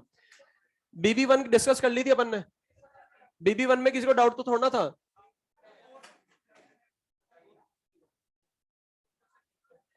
कौन सा क्वेश्चन? बीबी 1 का मॉड्यूल चाहिए होगा मेरे को। बीबी 1 किससे बन गई थी? दिखाओ फोर्थ कौन सा है?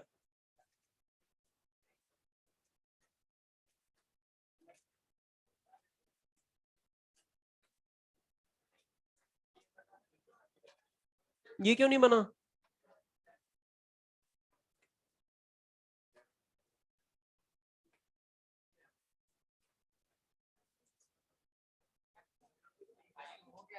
आयनाइजेशन कांस्टेंट दे रखा है।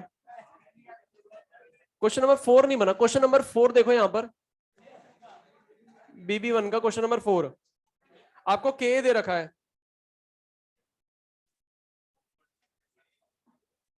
के दे रखा है 25 इंटू 10 टू दी पावर -6, और इसका फॉर्मूला क्या होता है? C alpha square upon 1 minus alpha भी होता है। पर 1 माइनस अल्फा इसलिए नहीं लेंगे क्योंकि के की वैल्यू बहुत कम है। ठीक है, अब आप मुझे बताओ, सी की वैल्यू दे रखी है, सी की वैल्यू कितनी दे रखी है? 0.01। क्या अल्फा नहीं आएगा?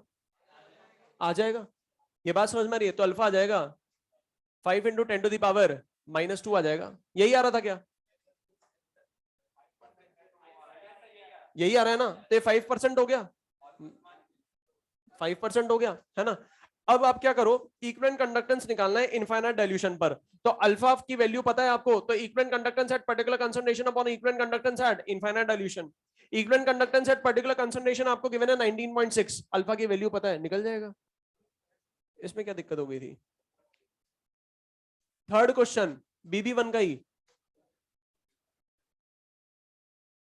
मोलर कंडक्टेंस दे रखा है, इक्विवेलेंट कंडक्टेंस पूछ रहा है। अगर मोलर कंडक्टेंस की बात करूं, मोलर कंडक्टेंस BaSO4 का, तो Ba कहां से मिलेगा, X1 से। SO4 कहां से मिलेगा, X2 से। अब X1 जब लिया था तो 2 Cl आ गए, X2 जब लिया तो 2 H आ गए, तो 2 HCl हटाने पड़ेंगे, -2X3। ये तो मोलर कंडक्टेंस आया। इक्विवेलेंट कंडक्टेंस निकालना है और BaSO4 का वैलेंसी फैक्टर होता है 2, तो डिवाइड कर दूंगा 2 से, तो ये मोलर कंडक्टेंस किस में कन्वर्ट हो जाएगा, इक्विवेलेंट कंडक्टेंस में कन्वर्ट हो जाएगा। तो इक्विवेलेंट कंडक्टेंस क्या आ जाएगा, X1 plus X2 -2X3 divided by 2।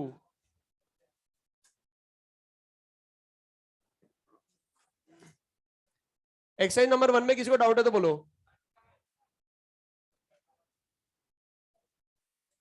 37, 1 to 10 किसी को डाउट,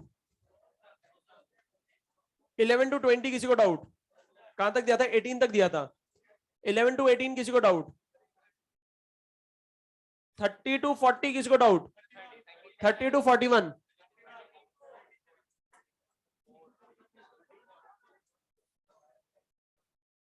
34 में डाउट है, 31 में क्या हो गया, 34 मत करना पहली चीज। क्वेश्चन नंबर 34 में आपको बताऊंगा, ये अभी अपन ने नहीं पढ़ा है, ये बीच में कहीं से क्वेश्चन उठकर आ गया, है ना। और 37 की बात करूं, 37 में डाउट है ना, 31 में क्या हो गया, स्ट्रॉन्गेस्ट रिड्यूसिंग एजेंट कह रहा है। स्ट्रॉन्गेस्ट रिड्यूसिंग एजेंट मतलब आरपी, आरपी किसके प्रोपोर्शनल, ओपी के, तो ओपी देख लो किसका ज्यादा है। रिएक्शन सेलेक्ट करो और फिर रिड्यूसिंग एजेंट देखो, ऐसा क्वेश्चन क्लास में करा रखा है, 4 पार्ट कराए थे शायद तक। एक बार आप क्वेश्चन देखो, मॉड्यूल में नोट्स में करा रखा है, चेक करो एक बार। क्वेश्चन नंबर 37 देख लो एक बार, 37 बता रहा हूं, 37 में फर्स्ट ऑप्शन में डाउट आ रहा होगा, सुनना ध्यान से। एजी सामने वाले को ऑक्सीडाइज कर रहा है, मतलब खुद का क्या करेगा, क्या एजी का रिडक्शन होगा, रिडक्शन किसका होता है, मेटल आयन का होता है, ऑप्शन ही गलत हो गया, है ना, ये मैंने बताया था। और क्वेश्चन नंबर 41 में डाउट है क्या, सुनो एक मिनट, मैं क्या कह रहा हूं, क्वेश्चन नंबर 41 हो गया आपसे, 41 नहीं हुआ ना, ये कॉपी में करा रखे हैं क्वेश्चन, है ना। अब एक बार 41 चेक देख लो, इधर इधर देखो 41, मुझे निकालना क्या है, strongest oxidising agent. Oxidising agent का मतलब क्या होता है, ओपी, किसके प्रोपोर्शनल होगा, आरपी के। अब आप सबसे पहले तो ये सेलेक्ट करो रिएक्शन में किसमें सबसे ज्यादा आरपी है। अब आप मुझे बताओ इन रिएक्शन में हो क्या रहा है, पहले तो ये देखो, लॉस ऑफ इलेक्ट्रॉन मतलब ऑक्सीडेशन हो रहा है, ऑक्सीडेशन हो रहा है मतलब ऑक्सीडेशन पोटेंशियल दे रखा है, इनको किसमें कन्वर्ट करो, रिडक्शन पोटेंशियल में कन्वर्ट करो। तो पहली रिएक्शन जो है उसका रिडक्शन पोटेंशियल क्या हो जाएगा, 0.35, और दूसरी रिएक्शन का रिडक्शन पोटेंशियल क्या हो जाएगा, 0.77। ये आपने करा ये आपने, तो फिर क्या हो गया, अब सबसे ज्यादा आरपी अब बन गया, अभी तो मना कर रहे थे। इधर देखो, सबसे ज्यादा आरपी किसका है, सेकंड रिएक्शन का, तो अपन ने रिएक्शन सेलेक्ट कर दी। अपन को फाइंड क्या करना है अब, ऑक्सीडाइजिंग एजेंट। ऑक्सीडाइजिंग एजेंट का मतलब क्या होता है, सामने वाले का ऑक्सीडेशन खुद का, और खुद का रिडक्शन कौन कर रहा है, Fe+3, आंसर Fe+3 हो जाएगा। सेम क्वेश्चन मैंने करा रखा है आपको क्लास में, एक्सरसाइज नंबर 2 अपन नेक्स्ट क्लास में डिस्कस करेंगे।